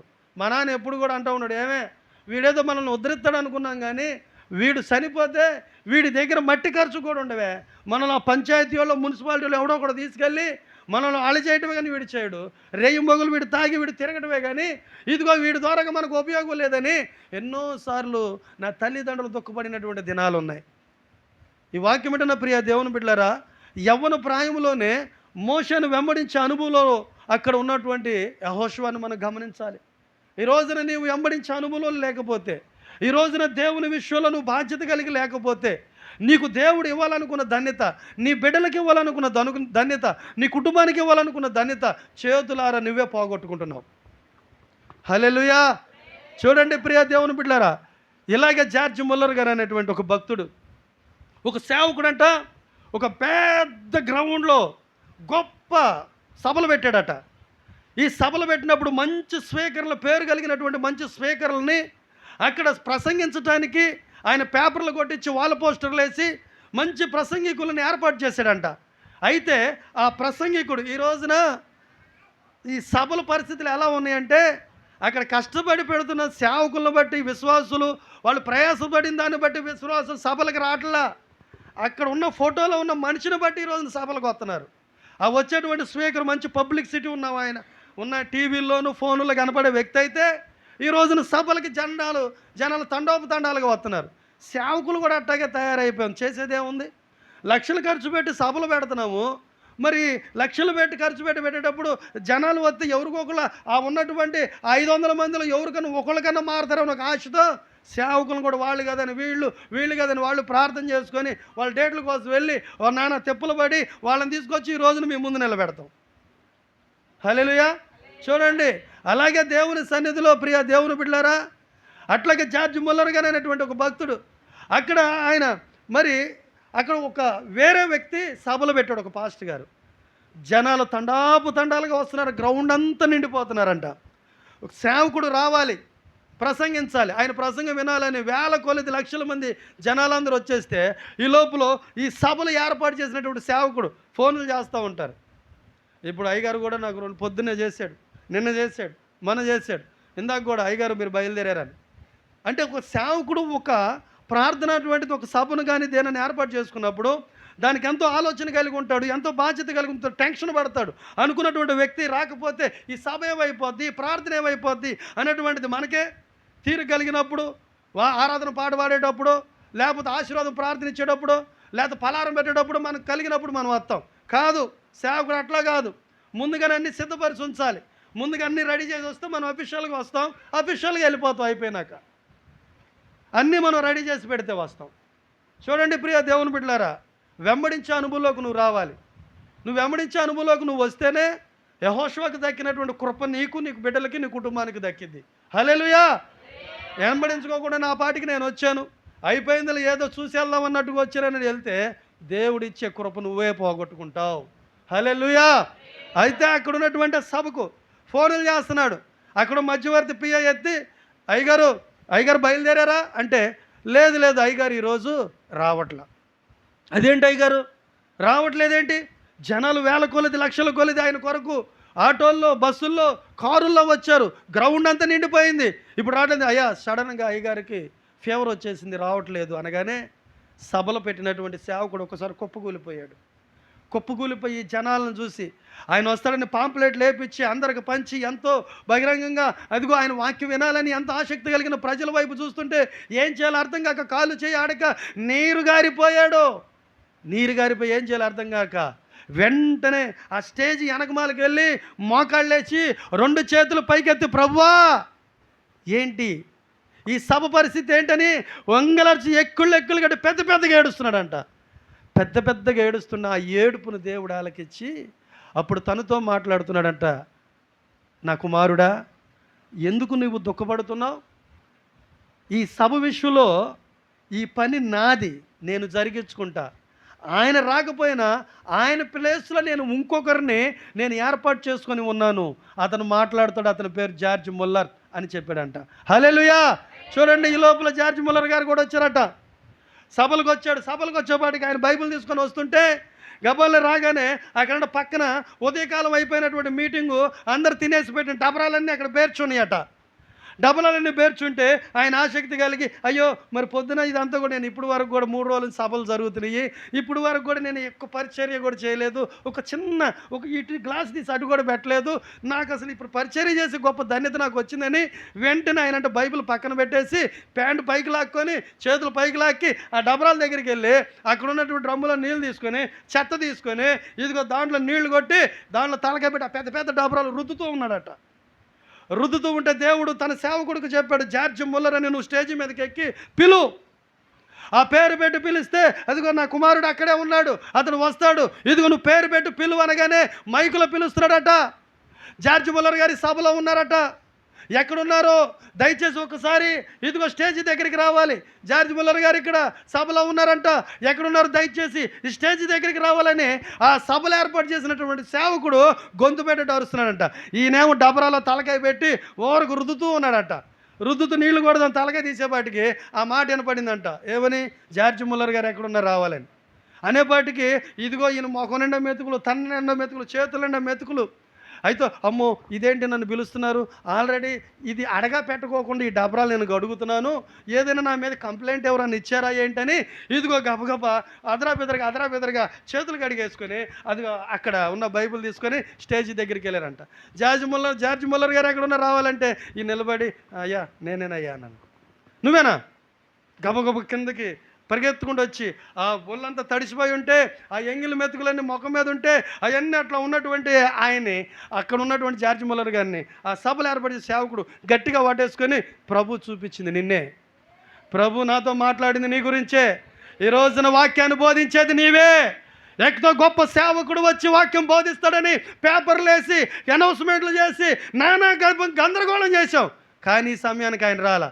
ఇక్కడ దేవుడు వాడుకోవాల్సింది నిన్నే, దేవుడు నిలబెడతానంది నిన్నే, అందుకే ఇప్పుడు నువ్వు వాక్యాన్ని నువ్వు బోధించాలి, నువ్వు స్టేజ్ మీదకి రాని అతను చేపట్టుకొని తీసుకెళ్తుంటే ఆ జార్జ్ ముల్లర్ గారంట, అయ్యా నేను ఏ పాటోడిని అయ్యా, నేను ఆ స్టేజ్ మీద నిలబడే యోగ్యత కూడా నాకు లేదు, నాకు అసలు ఇదిగో వాక్యాన్ని మాట్లాడే సాదృశ్యం కూడా నాకు ఆ మాటతనం కూడా నాకు లేదు.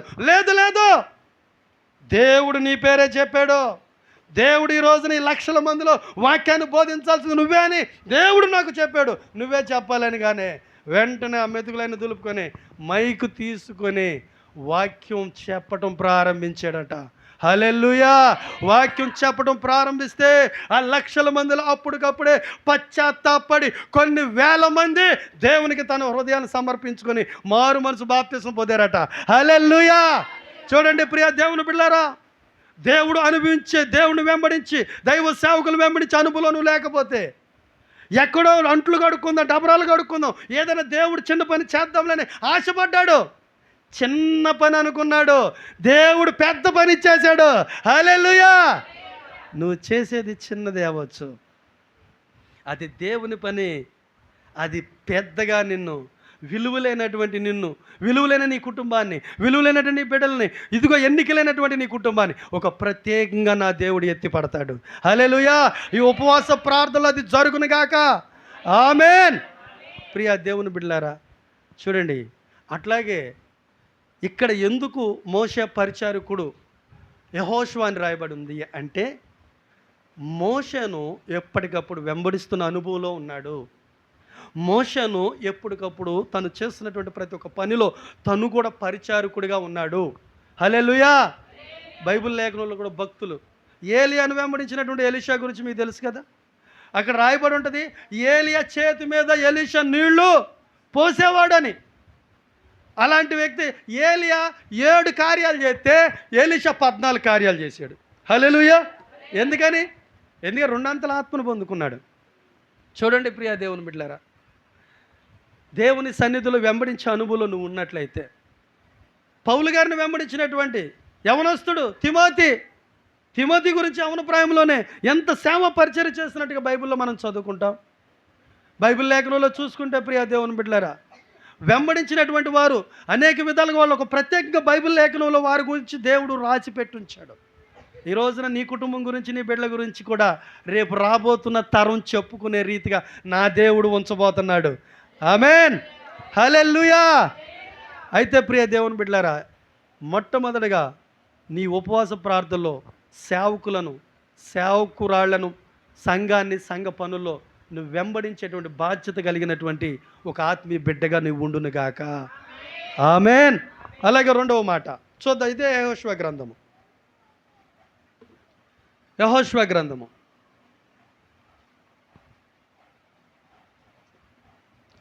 2వ అధ్యాయము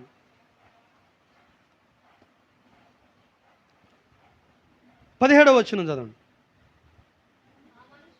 ఆ మనుషులు ఆమెతో ఎట్లనిరి, ఇదిగో మేము ఈ దేశమునకు వచ్చువారము గనక నీవు మా చేత చేయించిన ఈ ప్రమాణము విషయమై మేము నిర్దోషులమగునట్లు నీవు మమ్మను దించిన ఈ కిటికీకి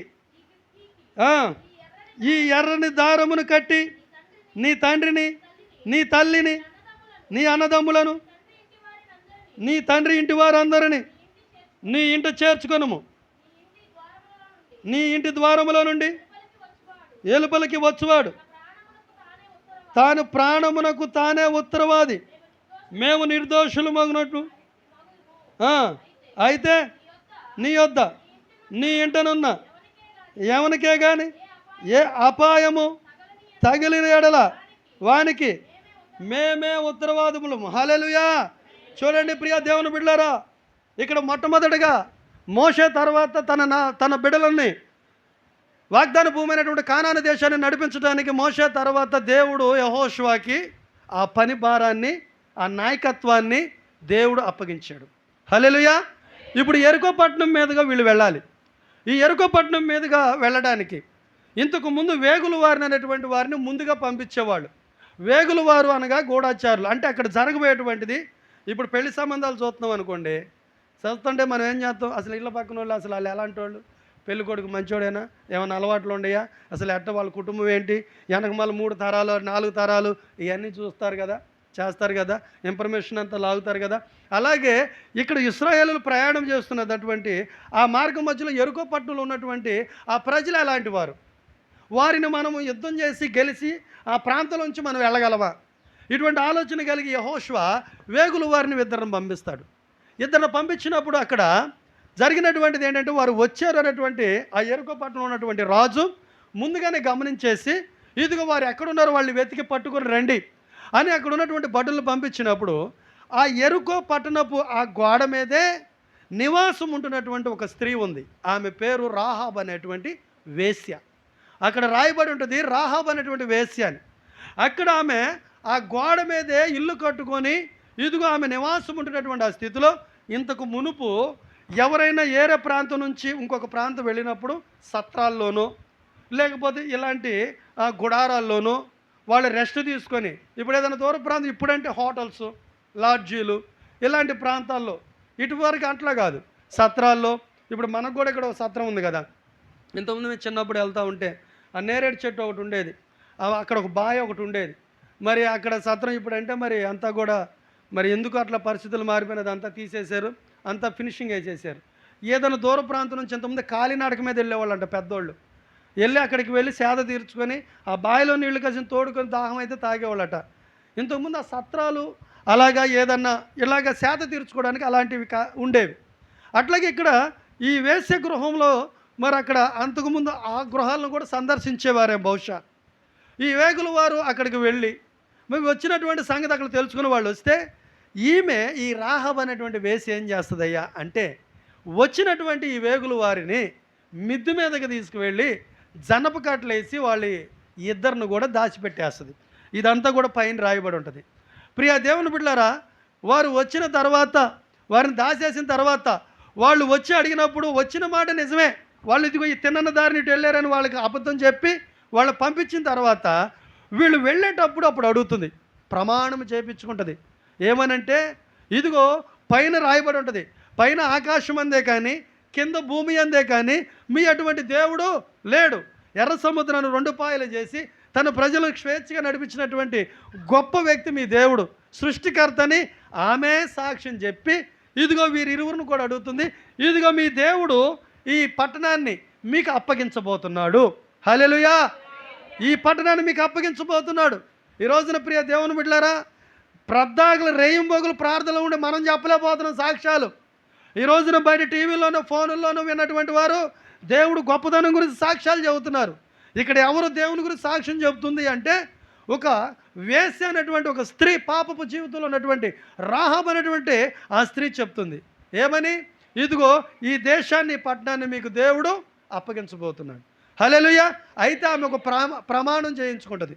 ఏమని చేయించుకుంటుంది అంటే, మీరు వచ్చి ఈ పట్టణాన్ని మీరు స్వాధీనపరుచుకున్నప్పుడు నా తల్లిదండ్రులు, నా అక్క చెల్లెండ్రులు, ఇదిగో నా ఇంటివారు, వీళ్ళందరికీ ఎటువంటి హాని జరగకోకుండా, వాళ్ళకి ఏది కూడా కీడు చేయకోకుండా, వాళ్ళ మీదకి ఎటువంటి ఏగ దోమ వాలకుండా వాళ్ళని మీరు స్వేచ్ఛగా ఉంచుతారని ప్రమాణం చేయండి. ఎందుకంటే నేను మీకు ఉపకారము చేశాను కనుక మీరు కూడా నాకు ఉపకారము చేయండి అని ప్రమాణము చేయించకూడదు. హల్లెలూయా! గమనించండి ప్రియ దేవుని బిడ్డలారా, వాళ్ళు అంటారు, ఏ కిటికీ మీద నుంచి అయితే మమ్మల్ని దించావో మేము వచ్చినప్పుడు అదే కిటికీకి ఎర్రని దారం కట్టు. ఏ ఇంటికైతే ఎర్రని దారం కట్టుందో ఆ ఇంటిలోకి ఇదిగో మేము ఎవరం కూడా రాము, ఆ ఇంట్లో ఉన్న వాళ్ళు మేమేమి చేయం. ఒకవేళ ఆ ఇంట్లో ఉన్న వాళ్ళు బయటకు వస్తే కనుక వాళ్ళకు వాళ్ళే ఉత్తరవాదులు. గమనించండి ప్రియ దేవుని బిడ్డలారా, ఎర్రని దారం క్రీస్తు రక్తానికి సాదృశ్యము. ఏ ఇంటి మీద అయితే క్రీస్తు రక్తపు గుర్తులు ఉంటాయో, ఏ ఇంట్లో ఉన్నటువంటి వారు క్రీస్తు రక్తంలో కడగబడినటువంటి వారు ఉంటారో, సంహారికుడు వారి మీదకి రాడు, సాతాను వాడు వారి మీద ఎటువంటి ప్రభావాలు చూపడు. హల్లెలూయా! ఆ ఇంటిలో నుంచి బయటకు వస్తే ఎవరికి వారే ఉత్తరవాదులు. అంటే ఈ రోజున దేవుడిని నమ్ముకుంటే నీకు మేలు జరిగిద్ది, నువ్వు పరలోక రాజ్యానికి వెళతావు, నీ కుటుంబం ఆశీర్వాదకరంగా ఉంటుంది, నువ్వు బిడ్డ తరాన్ని దీవించబడతావు, నువ్వు దేవునిలోకి రా అని చెప్పేసి రక్షణ మార్మల్స్ బాప్తిసాలు ఇచ్చి దైవ సేవకులు కన్నీరు కార్చి ప్రార్థన చేసి మిమ్మల్ని సంఘంలోనూ కుటుంబంలోనూ ఒక ప్రత్యేకంగా ఏర్పాటు చేసిన తర్వాత కొన్నాళ్ళు భక్తి అయిపోయిన తర్వాత నీ ఇష్టానుసారంగా ఏమైందిలో నువ్వు వెళ్ళిపోతే దానికి ఉత్తరవాది నువ్వే. దేవుడిని విడిచిపెట్టి పక్కనికి వెళ్ళిపోతే దానికి ఉత్తరవాది ఎవరంటే నీవే. అందుకే నమ్మి బాప్తిసం పొందిన వాడు రక్షింపబడతాడు, నమ్మని వాడికి శిక్ష విధింపబడింది. నీవు దేవుడిని నమ్మి వెంబడిస్తే నీకు రక్షణ ఉంది, నీవు విడిచిపెట్టి నీ ఇష్టానుసారంగా నేను జీవిస్తాను అంటే శిక్ష ఉంది. హల్లెలూయా! అందుకే ప్రియ దేవుని బిడ్డలారా, దేవుడిచ్చినటువంటి ఆజ్ఞలను మనం గైకొంటూ దేవుని సన్నిధిలో ఎప్పుడైతే మనల్ని మనం కాపాడుకుంటూ మన కుటుంబాలను కట్టుకుంటూ మన బిడ్డల కొరకు మన కుటుంబాల కొరకు ప్రార్థిస్తూ ముందుకు వెళతామో ఏ సాతాను వాడు ఎక్కడ కూడా నీ కుటుంబం మీద బిడ్డల మీద వాడు యుద్ధము చేయడు. హల్లెలూయా! చూడండి ప్రియ దేవుని బిడ్డలారా, ఇక్కడ మనం గమనించవలసినటువంటిది ఏంటి అంటే, ఈ వేగుల వారు వచ్చి వారికి ఒక ప్రమాణం చేసి వెళ్ళారు. ప్రమాణం చేసి యెరికో పట్టణంలోకి వచ్చినాక ఇదిగో ఈ రాహాబు మాట ప్రకారముగా ఆ కుటుంబానికి ఎటువంటి హాని చేయకోకుండా రాహాబు కుటుంబం, తల్లిదండ్రులు, అన్నదమ్ములు, అక్క చెల్లెలు అందరూ కూడా క్షేమంగా ఉన్నారు. హల్లెలూయా! ఈ రోజున ప్రియ దేవుని రక్షణ పొందినటువంటి మనము ఈ రోజున లోకంలోకి వెళ్తాం. లోకంలో అనేక మందితో నువ్వు మాట్లాడుతూ ఉంటావు, అనేక మందితో నువ్వు పరిచయం కలిగి ఉంటావు, అనేక మందితో నువ్వు వెళ్ళినప్పుడు నీ మాట ఎలా ఉండాలి, నీ ప్రవర్తన ఎలా ఉండాలి, ఎదుటివారిని నువ్వు ప్రేమించి ఆదరించేటట్టుగా ఉండాలి, ఎదుటివారికి నువ్వు దేవుని ప్రేమను చూపించాలి, దేవునిలో ఉన్న గుణగణాలు చూపించాలి, దేవునిలో ఉన్న మాదిరితనాన్ని చూపించాలి, దేవుని రక్షణలోకి నడిపించే అనుభవంలో నువ్వు ఉండాలి. అంతేగాని ఈ రోజున దేవుని సన్నిధిలో దేవుని బిడ్డలమని చెప్పుకుంటున్నాం, కానీ మనం బయటకు వెళ్ళిన తర్వాత మన ఒరిజినాలిటీ ఏంటో అక్కడ చూపిస్తాం. ఎవరైనా కుటుంబంలో కానీ లేకపోతే ఎవరైనా మన పక్కన ఉన్న వాళ్ళు ఒక మాట అంటే మనం ఆ మాటను తట్టుకోలేం. ఒక మాటకు 10 మాటలు అప్పచెప్పేదాకా మనం నిద్రపోము. కత్తికి కత్తి, రక్తానికి రక్తం, మనం చిందించాలి అనేటువంటి ఆలోచన కలిగి మనం ఉంటాం. అప్పుడు దేవుని బిడ్డలం ఎందుకు అవుతాం? దేవుని ఆత్మ మనలో ఎందుకు ఉంటుంది? దేవుని బిడ్డలు మనం పైకి మనం చెప్పుకుంటూ పైన గొర్రెతోలు కప్పుకొని లోపల తోడేలు స్వభావం కలిగినటువంటి వారిగా మనం ఉంటాం. ఈ రోజున ప్రియ దేవుని బిడ్డలారా, సంఘంలో నువ్వు రక్షింపబడిన తర్వాత నీవు ఒక దైవ సేవకురాల ద్వారాగా బలపరిచే సంఘంలో ప్రార్థన ద్వారాగా నీవు పాపపు జీవితంలో నుంచి బయటకు వచ్చిన తర్వాత నీవు బయటికి వెళ్ళినప్పుడు అనేక మందిని దేవుని ప్రేమ చూపించి దేవుళ్ళకు నడిపించేటువంటి వ్యక్తిగా ఉండాలని, కానీ నీ ద్వారాగా ఇంకా ఉన్నటువంటి వారు బయటికి వెళ్ళే స్థితిలో ఉండకూడదు. ఎక్కడైనా మనం కనుక ఏదైనా పరిస్థితి ఒకవేళ దేవుని విరుద్ధంగా ఉంటే ఏమంటారంటే, అదిగో ఆమె ఎలా మాట్లాడుతుందో చూడు, పలానా సంఘానికి వెళ్ళేటువంటి ఆమె ఏమంటారు, ముందు మన అమ్మ నాన్న పేరు చెప్పరు, మన ఇంటి పేరు చెప్పరు, ముందు సంఘాన్ని తీసుకొస్తారు, సంఘ సేవకులను తీసుకొస్తారు. పలానా స్టీఫెన్ గారు వాళ్ళ సంఘానికి వెళ్ళి అంటామంట, ఆయన అంటే అక్కడికి వెళ్తాడంట. అంటే ఎవరిని తీసుకొస్తున్నారా? మన అమ్మ బాబు పేరు చెప్పరు. ఎప్పుడైతే మనం దేవుని బిడ్డగా మారామో మన అంతా కూడా మనకున్నటువంటి ఆధార్ కార్డు ఇదంతా కూడా దేవుని సన్నిధి, దైవ సేవకులు మన కొరకు కార్చిన కన్నీరు ఏ మాట వచ్చినా ఫస్ట్ సంఘం మీదకి, సంఘ సేవకుల మీదకి వస్తుంది. హల్లెలూయా. అందుకే ప్రియ దేవుని బిడ్డలారా, ఇక్కడ మనం గమనించవలసినటువంటిది ఏంటంటే, ఈ వచ్చినటువంటి వారు ఒక కుటుంబాన్ని అంతను కూడా రక్షించటానికి వారు సహాయపడిన వారిగా ఉన్నారు. ఈ రోజున రక్షింపబడినటువంటి నీవు నీ ద్వారాగా కొన్ని కుటుంబాలు కట్టబడాలి, నీ ద్వారాగా కొన్ని కుటుంబాలు సంఘంలో నడిపించబడాలి, నీ ద్వారాగా కొన్ని కుటుంబాలు దేవుని బిడ్డలుగా మార్చబడడానికి నీవు ఒక మార్గదర్శకుడుగా, మార్గదర్శకురాలుగా ఉండాలి. హల్లెలూయా. అలాగే ప్రియ దేవుని బిడ్డలారా, దేవుని సన్నిధిలో ఇంకొక మాట చెప్పి నేను ముగిస్తాను. అలాగే వీళ్ళు యెరికో పట్టణంలోకి వీళ్ళు వెళ్ళటానికి బయలుదేరి వీరు వెళుతుండగా ఇదే యెహోషువ గ్రంథము 3వ అధ్యాయం.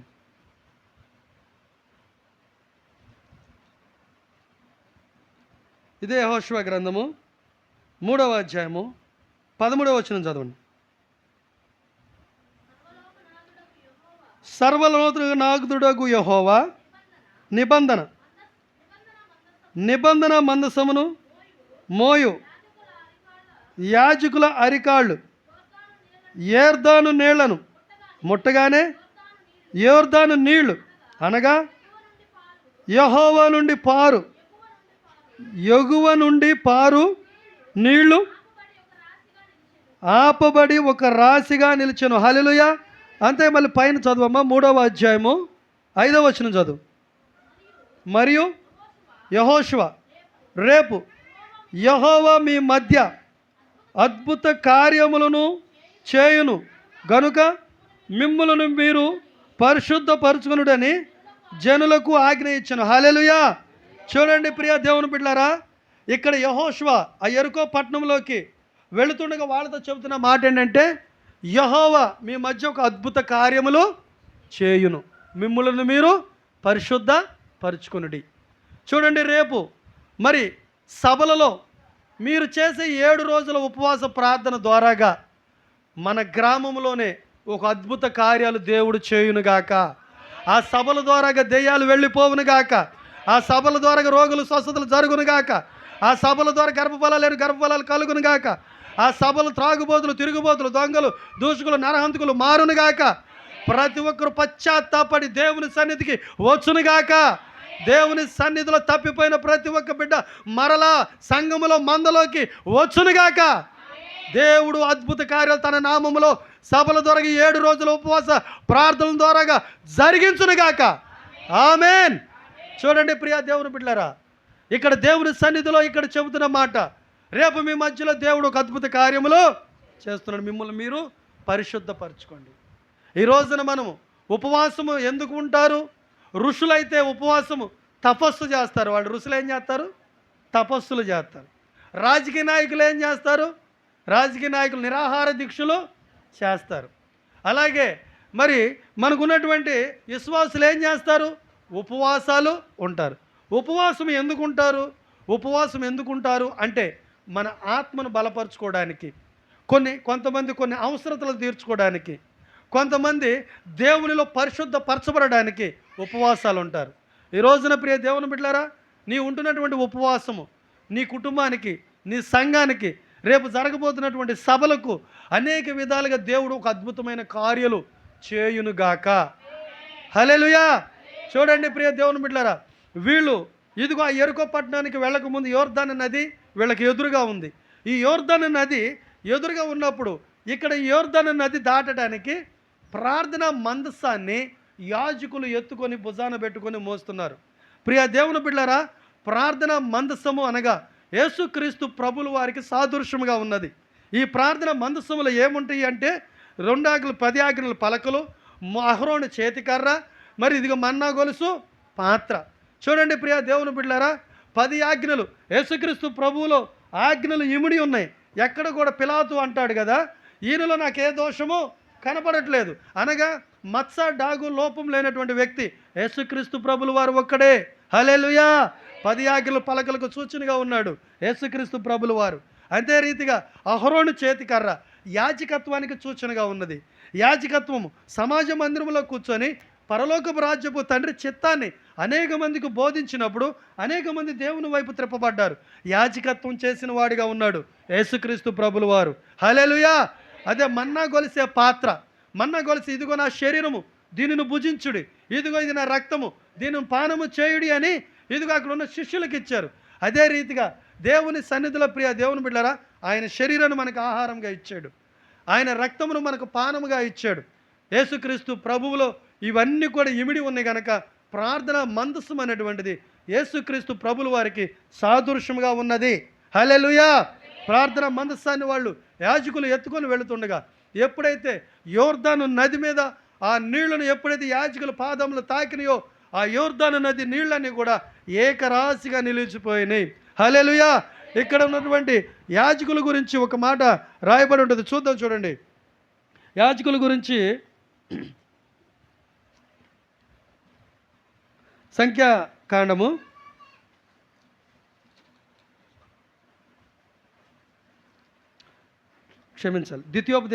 10వ అధ్యాయము 8వ వచనము. నేటి వరకు జరుగునట్లు యెహోవా నిబంధన మందసము మోయుటకు యెహోవా సన్నిధిని నిలుచుటకును ఆయనను సేవించి ఏమనుంది ఆ మాట మళ్ళీ చదువు.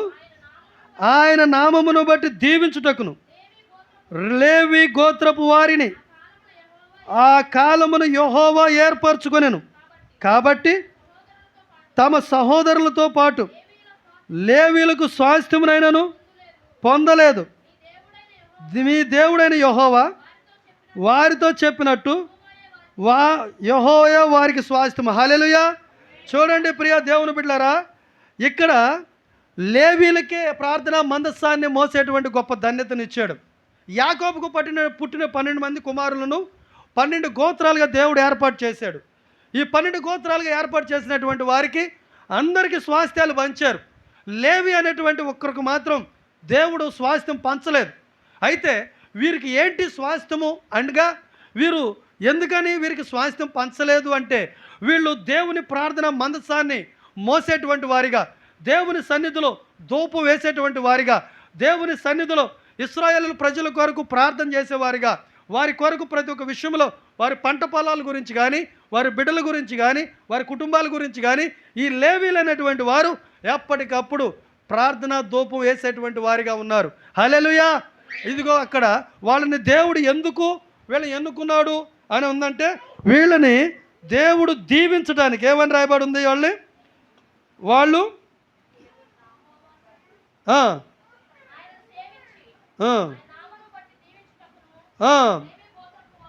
హల్లెలూయా. లేవీలను ఎందుకు దేవుడు ఏర్పాటు చేసుకున్నాడు? దీవించటానికి, వారిని దేవుని సేవించటానికి, తన నామములో ప్రజలను దీవించటానికి. ఈ వాక్యం ఏంటి నా ప్రియ దేవుని బిడ్డలారా? దేవుని ప్రార్థన మనస్సు మోస్తున్నటువంటి లేవీలు అనగా యాజకులు.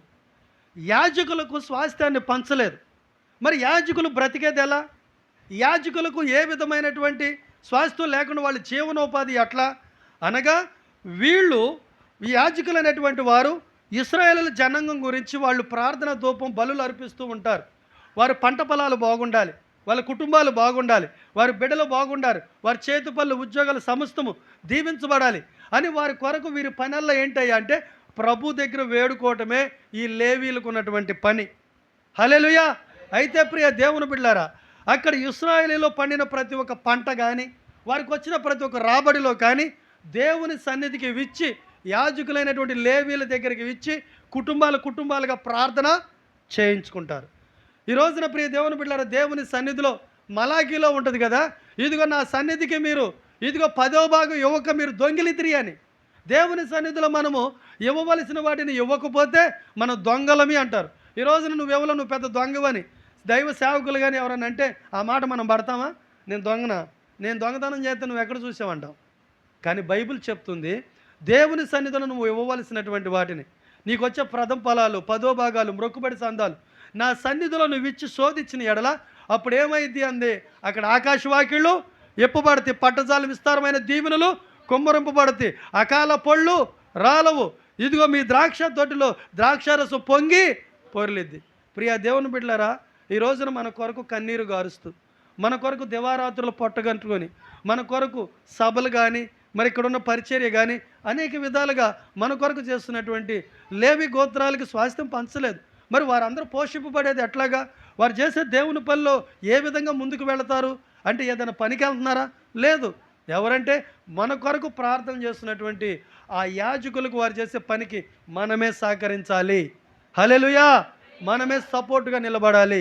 హల్లెలూయా. ఈ రోజున అక్కడ రాయబడి ఉంది, ఏమని ఉందంటే వీళ్ళు లేవీలను ఎందుకు ఏర్పరచుకున్నాడు అంటే దేవుని పని చేయటానికి, తన ప్రజలను దీవించడానికి. ఈ రోజున యాజకులైనటువంటి వారు నోట వచ్చే మాటే మనకు దీవెన వచ్చిన. హల్లెలూయా. అలాగే ఇప్పుడు యాజకుడైనటువంటి సేవకుడైన ఎలీషా ఒక రోజున షునేమి పట్టణానికి వెళ్ళాడు. షునేమి పట్టణానికి వెళ్తే షునేమిరాలు దైవజనుడు వచ్చినప్పుడు తనకు కలిగింది ఏదో కలోగంజ పెడుతుంది. అంతటితో ఆ మనసు ఆగక తన పెనిమిడితో చెప్పింది, అయ్యా మన ఇంటికి వచ్చి పోవచ్చున్నవాడు గొప్ప దైవజనుడు నేను ఎరుగుదును. అతనికి వచ్చినప్పుడు ఒక మేడ మీద ఒక చిన్న గది కట్టించి పడుకోవడానికి ఒక మంచము, పీట, దీపస్తంభము వీటన్నిటిని కూడా ఏర్పాటు చేద్దామంటే తన పెనిమిటి కూడా ఒప్పుకున్నప్పుడు ఆ యాజకుడు దైవజనుడు ఎలీషా వచ్చినప్పుడల్లా ఆ ఇంట్లో ఆతిథ్యాన్ని పుచ్చుకుంటూ ఉంటాడు. అయితే అంతటితో యాజకుడు దైవజనుడు ఎలీషా ఆనందం తట్టుకోలేక అక్కడున్న గెహాజీ ఇంత భక్తి శ్రద్ధలు మన పట్ల చూపిస్తున్నటువంటి షునేమిరాలకి మనం ఏదైనా రాజుతోనైనా సైన్యాధిపతి అయినా మాట్లాడి ఏదైనా హెల్ప్ చేద్దాం, ఆమెను పిలువు అనగా ఆమె వచ్చి నిలబడినప్పుడు అంటాడు, అమ్మా ఇంత భక్తి శ్రద్ధలు మా పట్ల చూపిస్తున్నావు కదా, రాజుతో మాట్లాడమంటావా, సైన్యాధిపతులతో మాట్లాడమంటావా, నీకే హెల్ప్ కావాలంటే అయ్యా నాకేం వద్దు, నా స్వజనుల మధ్యలో నేను ఉన్నాను, నాకు తినటానికి ఉండటానికి అన్నీ సమృద్ధిగా ఉన్నాయి, నాకేం అవసరం లేదన్నప్పుడు గెహాజీ అంటాడు, ఈమెకి కుమారులు లేరు అనగానే వెంటనే దైవజనుడు ఎలీషా వచ్చే ఋతువు కల నీ కౌగిట కుమారుడు ఉండునుగాక అని దీవిస్తాడు. హల్లెలూయా. దీవించగానే మరుసటి ఏట ఆమె గర్భాన్ని ధరించిద్ది, ఒక కుమారుణ్ణి కంటది. ప్రియ దేవుని బిడ్డలారా, ఈ రోజున దేవుని సన్నిధిలో మనం అనుకుందాం, మీకు అర్థం అవడానికి ఒక మాట చెప్తున్నాను. ఇప్పుడు 10వ భాగాలు ఇవ్వాలి కదా, 100 రూపాయలకి ఎంత ఇవ్వాలి? ఇప్పుడు ఎవరైనా సేవకులు కనుక ఏదన్నా ఇప్పుడు కానుకల గురించి దశంభాగాల గురించి ఏదన్నా ఎక్కువగా 2-3 సార్లు వాక్యాలు చెప్పారనుకోండి, మా అయ్యగారు ఉన్నాడే పద్దాకల కానుకల గురించే చెప్తాడు, ఇంకా వేరే వాక్యం చెప్పడు. నీకు ఇచ్చే బుద్ధి లేదు. ఫస్ట్ వంకలు తీసుకొచ్చి నువ్వు పెడతావు. వాస్తవం నువ్వు ఇచ్చుట వల్ల నువ్వు ఆశీర్వాదం ఫస్ట్ ఇవ్వు అన్నాడు. మనకి ఇన్కమింగే కానీ అవుట్ గోయింగ్ లేదు. ఫస్ట్ నువ్వు ఈ ప్రవ్వా, ఏదైనా నేను అన్ని కట్టుకోగా మిగిలితే నేను ఇస్తాననే టైప్ మనం, అంతేనా? చూడండి, ఈ రోజున 100 రూపాయలకి ఎంత ఇవ్వాలి? 10 రూపాయలు. 10 లక్షలు పొలం అమ్మేమనుకోండి, దానికి 10వ భాగం ఎంత? 10 లక్షలు పొలం అమ్మాం, 10వ భాగం ఎంత? 1,00,000 రూపాయలు ఇవ్వాలి. 1,00,000 రూపాయలు ఇప్పుడు 10వ భాగం కింద తీసుకెళ్ళి సేవకుడికి ఇవ్వాలి, సంఘంలో ఇవ్వాలి. ఆ 1,00,000 రూపాయలు తీసుకెళ్ళి ఇవ్వటానికి వామ్మో 1,00,000 రూపాయలు ఇస్తే ఇంకా సేవకుడు బాగుపడిపోడు. అందుకే మనం అతికి తెలివి ఏం చేస్తామంటే భార్యాభర్తలు ఇద్దరం కూర్చొని ₹1,00,000 అయ్యగారికి వాళ్ళకి ఇవ్వటం ఎందుకు కానీ ఊరు మొత్తం చుట్టాల పక్కల అందరిని పిలుచుకుందాం. భారీ ఎత్తున అబ్బా పలానోళ్ళు మా చేతుల దాకా పప్పనాలు గారెట్టు పప్పనాలు పెట్టారు, భోజనాలు పెట్టారని అందరు చెప్పుకొని డమ్ముకేసుకోవాలి మన గురించి అని. నువ్వేం చేస్తావు? ఈ ₹1,00,000 ఈటు నీకు ఇష్టం పుట్టగా వీటిని పెట్టి అట్ట ఖర్చు పెడతానికి నీకు పేరు రావాలి. భోజనాలు పెట్టారు ఊరు మొత్తానికి అని నువ్వేం చేస్తావు? ప్రార్థన అనేటువంటి దానికి ఒక బ్యానర్ పెట్టి ఆ ₹1,00,000 అట్ట అవజేసి లాస్ట్లో ఒక ₹1,000 కారుకు పెడతావు. నేను అంటాను, నీవు పెట్టిన భోజనం మంచిదే కాదనట్లేదు. నీవు వారు తిని వెళ్ళిన తర్వాత ఆశీర్వాదవచనం లేవీలైనటువంటి యాజకుల దగ్గర వాళ్ళు దీవిస్తే నీకు దీవెన వచ్చేది, కానీ తిని వెళ్ళే వాళ్ళ దగ్గర లేదు దీవెన. హల్లెలూయా. వాళ్ళు తినిన తర్వాత ఆశీర్వాదవచనం దీవించడానికి దేవుడు ఏర్పాటు చేసుకున్నారు.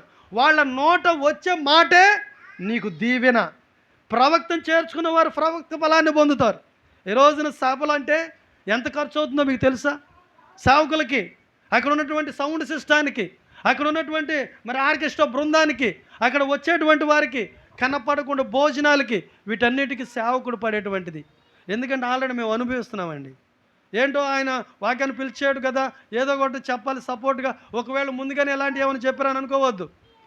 మేము అనుభవిస్తున్న పరిచర్యలో మేము ఎదుర్కొంటున్న ఇటువంటి అనుభవాలను మీ మధ్యలో ఉంచుతున్నాం. ఎందుకు ఈ అనుభవాలను మీ మధ్యలో ఉంచుతున్నాం అంటే, ప్రతి ఒక్క బాధ్యత నువ్వు దీవించబడాలి అంటే మొదట నువ్వు ఇచ్చే స్థితిలో నువ్వు ఉండాలి. హల్లెలూయా. మొదట ఇచ్చినాకే ఆకాశవాక్యాలు ఎప్పబడతాయి అన్నారు. నువ్వే కొలతో కొలుస్తావు అదే కొలతో నిన్ను కొలబడుద్ది. నువ్వు టీ గ్లాస్తో కొలిసావనుకో నిన్ను టీ గ్లాస్తోనే కొలుస్తాడు. నువ్వు మానికతో కొలిసావనుకో నిన్ను మానికతోనే కొలుస్తాడు. నువ్వు ఏ స్థితిలో ఉంటావో నీ హృదయ స్థితిని బట్టి దేవుడు కూడా నీకు ఆశీర్వాదం అనేటువంటిది సిద్ధపరిచి ఉంచుతాడు. హల్లెలూయా. అందుకే ఇక్కడ వీళ్ళు దీవించడానికి లేవీలు ఉన్నారు. ఈ రోజున నువ్వు చేసేది వాళ్ళు ఆనందం నువ్వు పరిచయం అనుకో. ఎప్పుడు కూడా యాజకురాలు వాళ్ళు దుఃఖపడకూడదు. నీ నుంచి వాళ్ళు ఆనందపడినప్పుడు వాళ్ళ ఆనందంలో ఏం చేస్తారంటే, ఎలీషా ఎట్లాగా వచ్చే ఋతువు కల్లా నీ కౌగిట కుమారుడునను అని ఎలా దీవించారో నిన్ను కూడా అలా దీవించినప్పుడే దేవుడిచ్చిన వారి మీద అభిషేకం, వారి మీద ఉన్న వచనము నీ కుటుంబంలో నెరవేర్పులో జరిగిద్ది. హల్లెలూయా. అందుకే దేవుని సన్నిధిలో ప్రతి ఒక్క విషయంలో మొట్టమొదటిగా మనం ఏ అనుభవంలో ఉండాలి అంటే, పరిచారకుడిగా ఉన్నటువంటి మోషేను వెంబడించినటువంటి యెహోషువ అనుభవంలో ఉండాలి.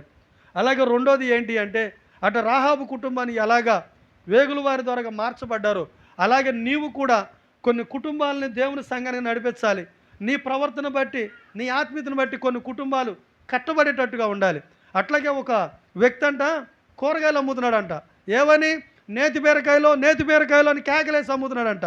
ఒక మేడ పైన ఒక ఆమె నుండి నేతి బీరకాయలు అంటుందని, అబ్బాయి బీరకాయలు అమ్మే అబ్బాయి ఒకసారి రా అని కేకేసిందంట. వచ్చిన తర్వాత వచ్చినాక నేతి బీరకాయలు ఒక 2 కిలోలు ఇవని పైనుంచి బకెట్ వేసిందంట. దాంట్లో డబ్బులు వేసింది, నేతి బీరకాయలు పైకి తీసుకుంది. తర్వాత అంట ఇక ఏం చేసిందంటే కత్తిపేట తీసుకుంది, ఒక గిన్నె తీసుకుంది, ఆ కూరగాయలు నేతి బీరకాయలను ఇక్కడ వేసుకుంది. ఇక్కడ వేసుకొని కోస్తుందంట. కోసి ఆ ఖాళీ గిన్నెలో పిండుతుందంట. ఏంటి? ఎందుకు పిండుతుంది? నేతి బీరకాయలు అన్నారు కదా, నెయ్యి వచ్చింది ఏమనని. కాయ కోస్తుంది పిండుతుంది, నెయ్యి రాట్లా. కాయ కోస్తుంది పిండుతుంది, నెయ్యి రాట్లా. కాయలన్నీ కోసేసింది, నెయ్యి ఒక్క బొట్టు కూడా రాలా. ఈ రోజున మన విశ్వాసులం అని చెప్పుకుంటున్నాం, మంచి పాటలు పాడతాం, చక్కగా ఆత్మీయమైనటువంటి ప్రార్థన కూడా వల్లిచ్చి చేస్తాం, మంచి పదాలతో వల్లిస్తాం. కానీ మనలో నేతి బీరకాయలో నెయ్యి లేనట్టుగా మనలో దేవుని ఆత్మ. హల్లెలూయా. అందుకే నిన్ను బట్టి ఎదుటి వారిని ఆత్మీయతను బట్టి నీ ప్రవర్తన బట్టి సంఘానికి వచ్చేటట్టుగా ఉండాలి, కానీ మనల్ని బట్టి సంఘం నుంచి పోయేటట్టుగా ఉండకూడదు. కొంతమంది సంఘాల మీద అలుగుతారు, కొంతమంది అలిగిరారు. అక్కడేదో పర్సనల్ గొడవలు ఉంటాయి వీళ్ళకి.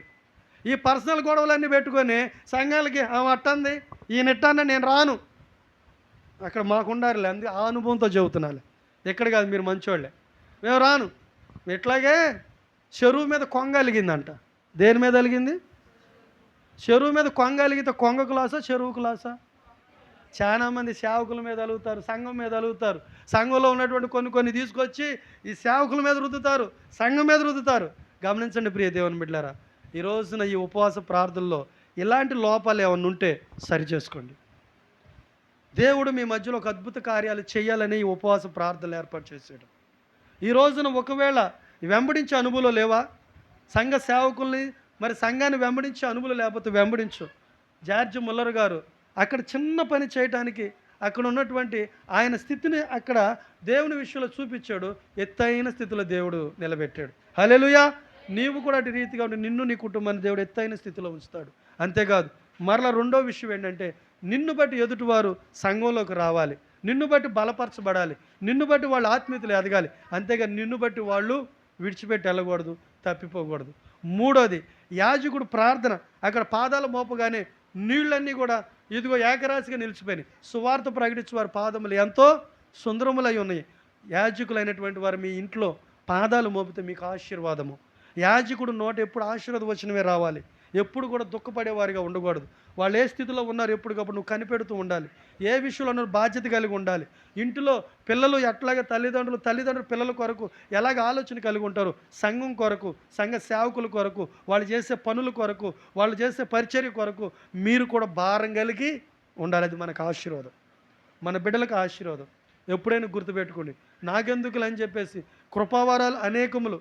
ఒకళ్ళు ప్రభుత్వం చేయవారు ఉంటారు, ఒకళ్ళు సువార్త ప్రకటించేవారు, ఒకళ్ళేమో కలల భావాలు చెప్పేవాళ్ళు. ఇలాగ నానా విధాలుగా ఉంటాయి. దేవుడు నీకే కృపావరం ఇచ్చాడు? సాపలేసే కృపావరమా? లేకపోతే ఇక్కడ ఏదన్నా కడిగే కృపావరం ఇచ్చాడా? లేకపోతే యాజకులు కాళ్ళకాడు కూర్చొని పరిచయం చేసే కృపావరం ఇచ్చాడా? లేకపోతే మెయింటింగ్, ప్రభుత్వం కూడా కృపావరం మెయింటింగ్ చేసే కృపావరం ఇచ్చాడా? ఏ కృపావరం ఇచ్చాడు? ప్రార్థన ధూపం వేసే కృపావరం ఇచ్చాడా? పాటలు పాడే కృపావరం ఇచ్చాడా? వాక్యాన్ని బోధించే సేవకులు లేనప్పుడు వాక్యాన్ని చదివి సంఘాన్ని నడిపే కృపావరాన్ని ఇచ్చాడా? ఏ కృపావరాన్ని ఇచ్చాడు? ఇవన్నీ కూడా నువ్వు పొందుకోవాలి అంటే ఇవన్నీ కూడా నీవు దేవుని సన్నిధిలో సేవకుడు కాళ్ళకాడ కూర్చొని నేర్చుకోవాలి. నిన్న హోసన్న గారి మందిరం కాడికి వెళితే ఆ యవనస్తులు వాళ్ళంతా ఆ బట్టలు ఇవన్నీ ఉతకడం చూస్తే నాకు అనిపించింది, వాళ్ళ తీర్మానం ఎంతో గొప్పది. హల్లెలూయా. సేవకుల దగ్గర వాళ్ళ తీర్మానం, నువ్వు తీర్మానం కలిగి ఉండు. ఈ 7 రోజుల ఉపవాస ప్రార్థనలో ప్రభు నీతో మాట్లాడుతున్న మాట, మోషే తర్వాత ఆ గొప్ప ధన్యత యెహోషువకు దక్కింది. ఎందుకంటే పరిచారకుడిగా ఉన్నాడు. నువ్వెప్పుడైనా ఇదిగో నువ్వు అధ్యక్షత పదవి కావాలంటే ముందు దొడ్డ పని చేయాలి. సింహాసనాలు కోరుకోవద్దు. నువ్వు మొట్టమొదటిగా నేను దేవుళ్ళకి వచ్చిన తర్వాత మొదట్లో బాప్తిసం తీసుకున్నాక దేవుని సన్నిధిలో నేను నా ఆత్మను బలపరచుకోవడానికి శృంగారపురంలో యోహాను గారు ఆయన అక్కడ పరిచర్య సంఘం అక్కడ ఉంటే లేలం గారు అక్కడికి వెళ్ళమంటే మేము భార్యాభర్తలు ఇద్దరు వెళ్ళాం. 40 రోజులు ఒక తీర్మానం చేసుకున్నా. ఏమని తీర్మానం చేసుకున్నట్టు మందిరంలో నుంచి ప్రార్థన గదిలోంచి 40 రోజులు నేను బయటికి రాకూడదు. మనుషులు చచ్చిపోయినా, ప్రార్థనల పెళ్ళిళ్ళైన, శుభకార్యాలైన, అశుభకార్యాలైన రాకూడదని ఒక తీర్మానం చేసుకున్నా. ఈ 40 రోజుల ప్రార్థనలు మేము అక్కడ ఉండడానికి ఒక గది మాకు ఇచ్చారు. ఆ గదిలో మా భార్య ఉండేది. నేను 40 రోజుల మందిరంలో ఉంటే నేను అక్కడ ప్రార్థన మందిరంలో నుంచి బయటికి రాకుండా ఉంటే ఉదయం సాయంత్రం నైట్ పూటే భోజనం చేసేవాడిని, పగలు చేసేవాడిని కాదు. ఆ ప్రార్థన గదిలో వాక్యం చదువుకుంటా ప్రార్థన చేసుకుంటా ఉండేవాడిని. దేవుని సన్నిధిలో బలపడడానికి పొద్దున్నే లేచేవాడిని. చీకటితో 5 గంటలకు లేచేవాడిని. చీపిరి తీసుకునేవాడిని. మందిరం మొత్తం ఊడ్చేసేవాడిని శుభ్రంగా. తర్వాత బలిపేట అదంతా గుడ్డ తీసుకొని తుడిచేసేవాడిని. దొడ్లోకి వెళ్ళి దొడ్లో నీళ్లు మొత్తం కూడా శుభ్రంగా ఆ ట్యూబ్ వేసే నీళ్లు మొత్తం దొడ్డి మొత్తం చీపురు తీసుకొని శుభ్రంగా కడిగేసేవాడిని. అది పాస్టర్ గారు లేకపోక ముందు పొయ్యలిగిచ్చి, ఆయన మేనమామే అవుతాడు, అయినా నేను పొయ్యలిగిచ్చి పుల్లలేలిగిచ్చి వేడి నీళ్ళు పెట్టేవాడిని, టీ పెట్టి ఇచ్చేవాడిని. ఇవన్నీ చూస్తే ఎందుకురా నువ్వు చేస్తున్నావు, వాళ్ళందరూ ఉన్నారంటే లేదులేమ్మయ్య వాళ్ళు ఇంకా లేగలేదులే అనేవాడిని. చూడండి ప్రియ దేవుని బిడ్డలారా, ఈ రోజున నేను అట్లా సిగ్గుపడుకోకుండా ఈ రోజున అక్కడ ఎటువంటి పని చేశానో ఆ రీతిగా నేను చేసిన పనిని బట్టి ఈ రోజున దేవుడు నాకు చేసే వాళ్ళని దేవుడు అప్పగించాడు. హల్లెలూయా, హల్లెలూయా. ఈ రోజున నువ్వు సంఘంలో చేసే పని, ఈరోజు నువ్వు సంఘ సేవకులు చేసే పరిచర్య, నువ్వు ఆర్థికంగా పరోక్షంగా నువ్వు సహకరించే సహకారం రేపు అది నీకు దీవెనగా మారిద్ది. ఒక ప్రత్యేకంగా దేవుడు ఆశీర్వాదకరంగా నిన్ను నీ బిడ్డలు నిలబెడతాడు. హల్లెలూయా. ఈ 7 రోజు ప్రార్థనలో దేవుడి ఉదయకాల సమయంలో మాట్లాడిన ప్రతి ఒక్క మాట అది నాకే అని గ్రహించుకొని మనందరం కూడా 7 రోజులు దేవుడు ఒక అద్భుతమైన కార్యాలు మీ మధ్యలో చేయబోతున్నాడు అన్నాడు. అది నీ కుటుంబంలో, నీ పట్ల, సంఘం పట్ల, సభల పట్ల దేవుడు చేయబోతున్నాడు. యేసు నామములో చేయునుగాక. ఈ మాటలన్నీ దేవుడు దీవించి ఆశీర్వదింపబడును గాక. ఆమేన్. మరి నాకు ఈ అవకాశం ఇచ్చి మరి మీ మధ్యలో నిలబెట్టి మరి నాకు తెలిసినటువంటి నేనైతే మరి ఏ ట్రైనింగ్లు ఏ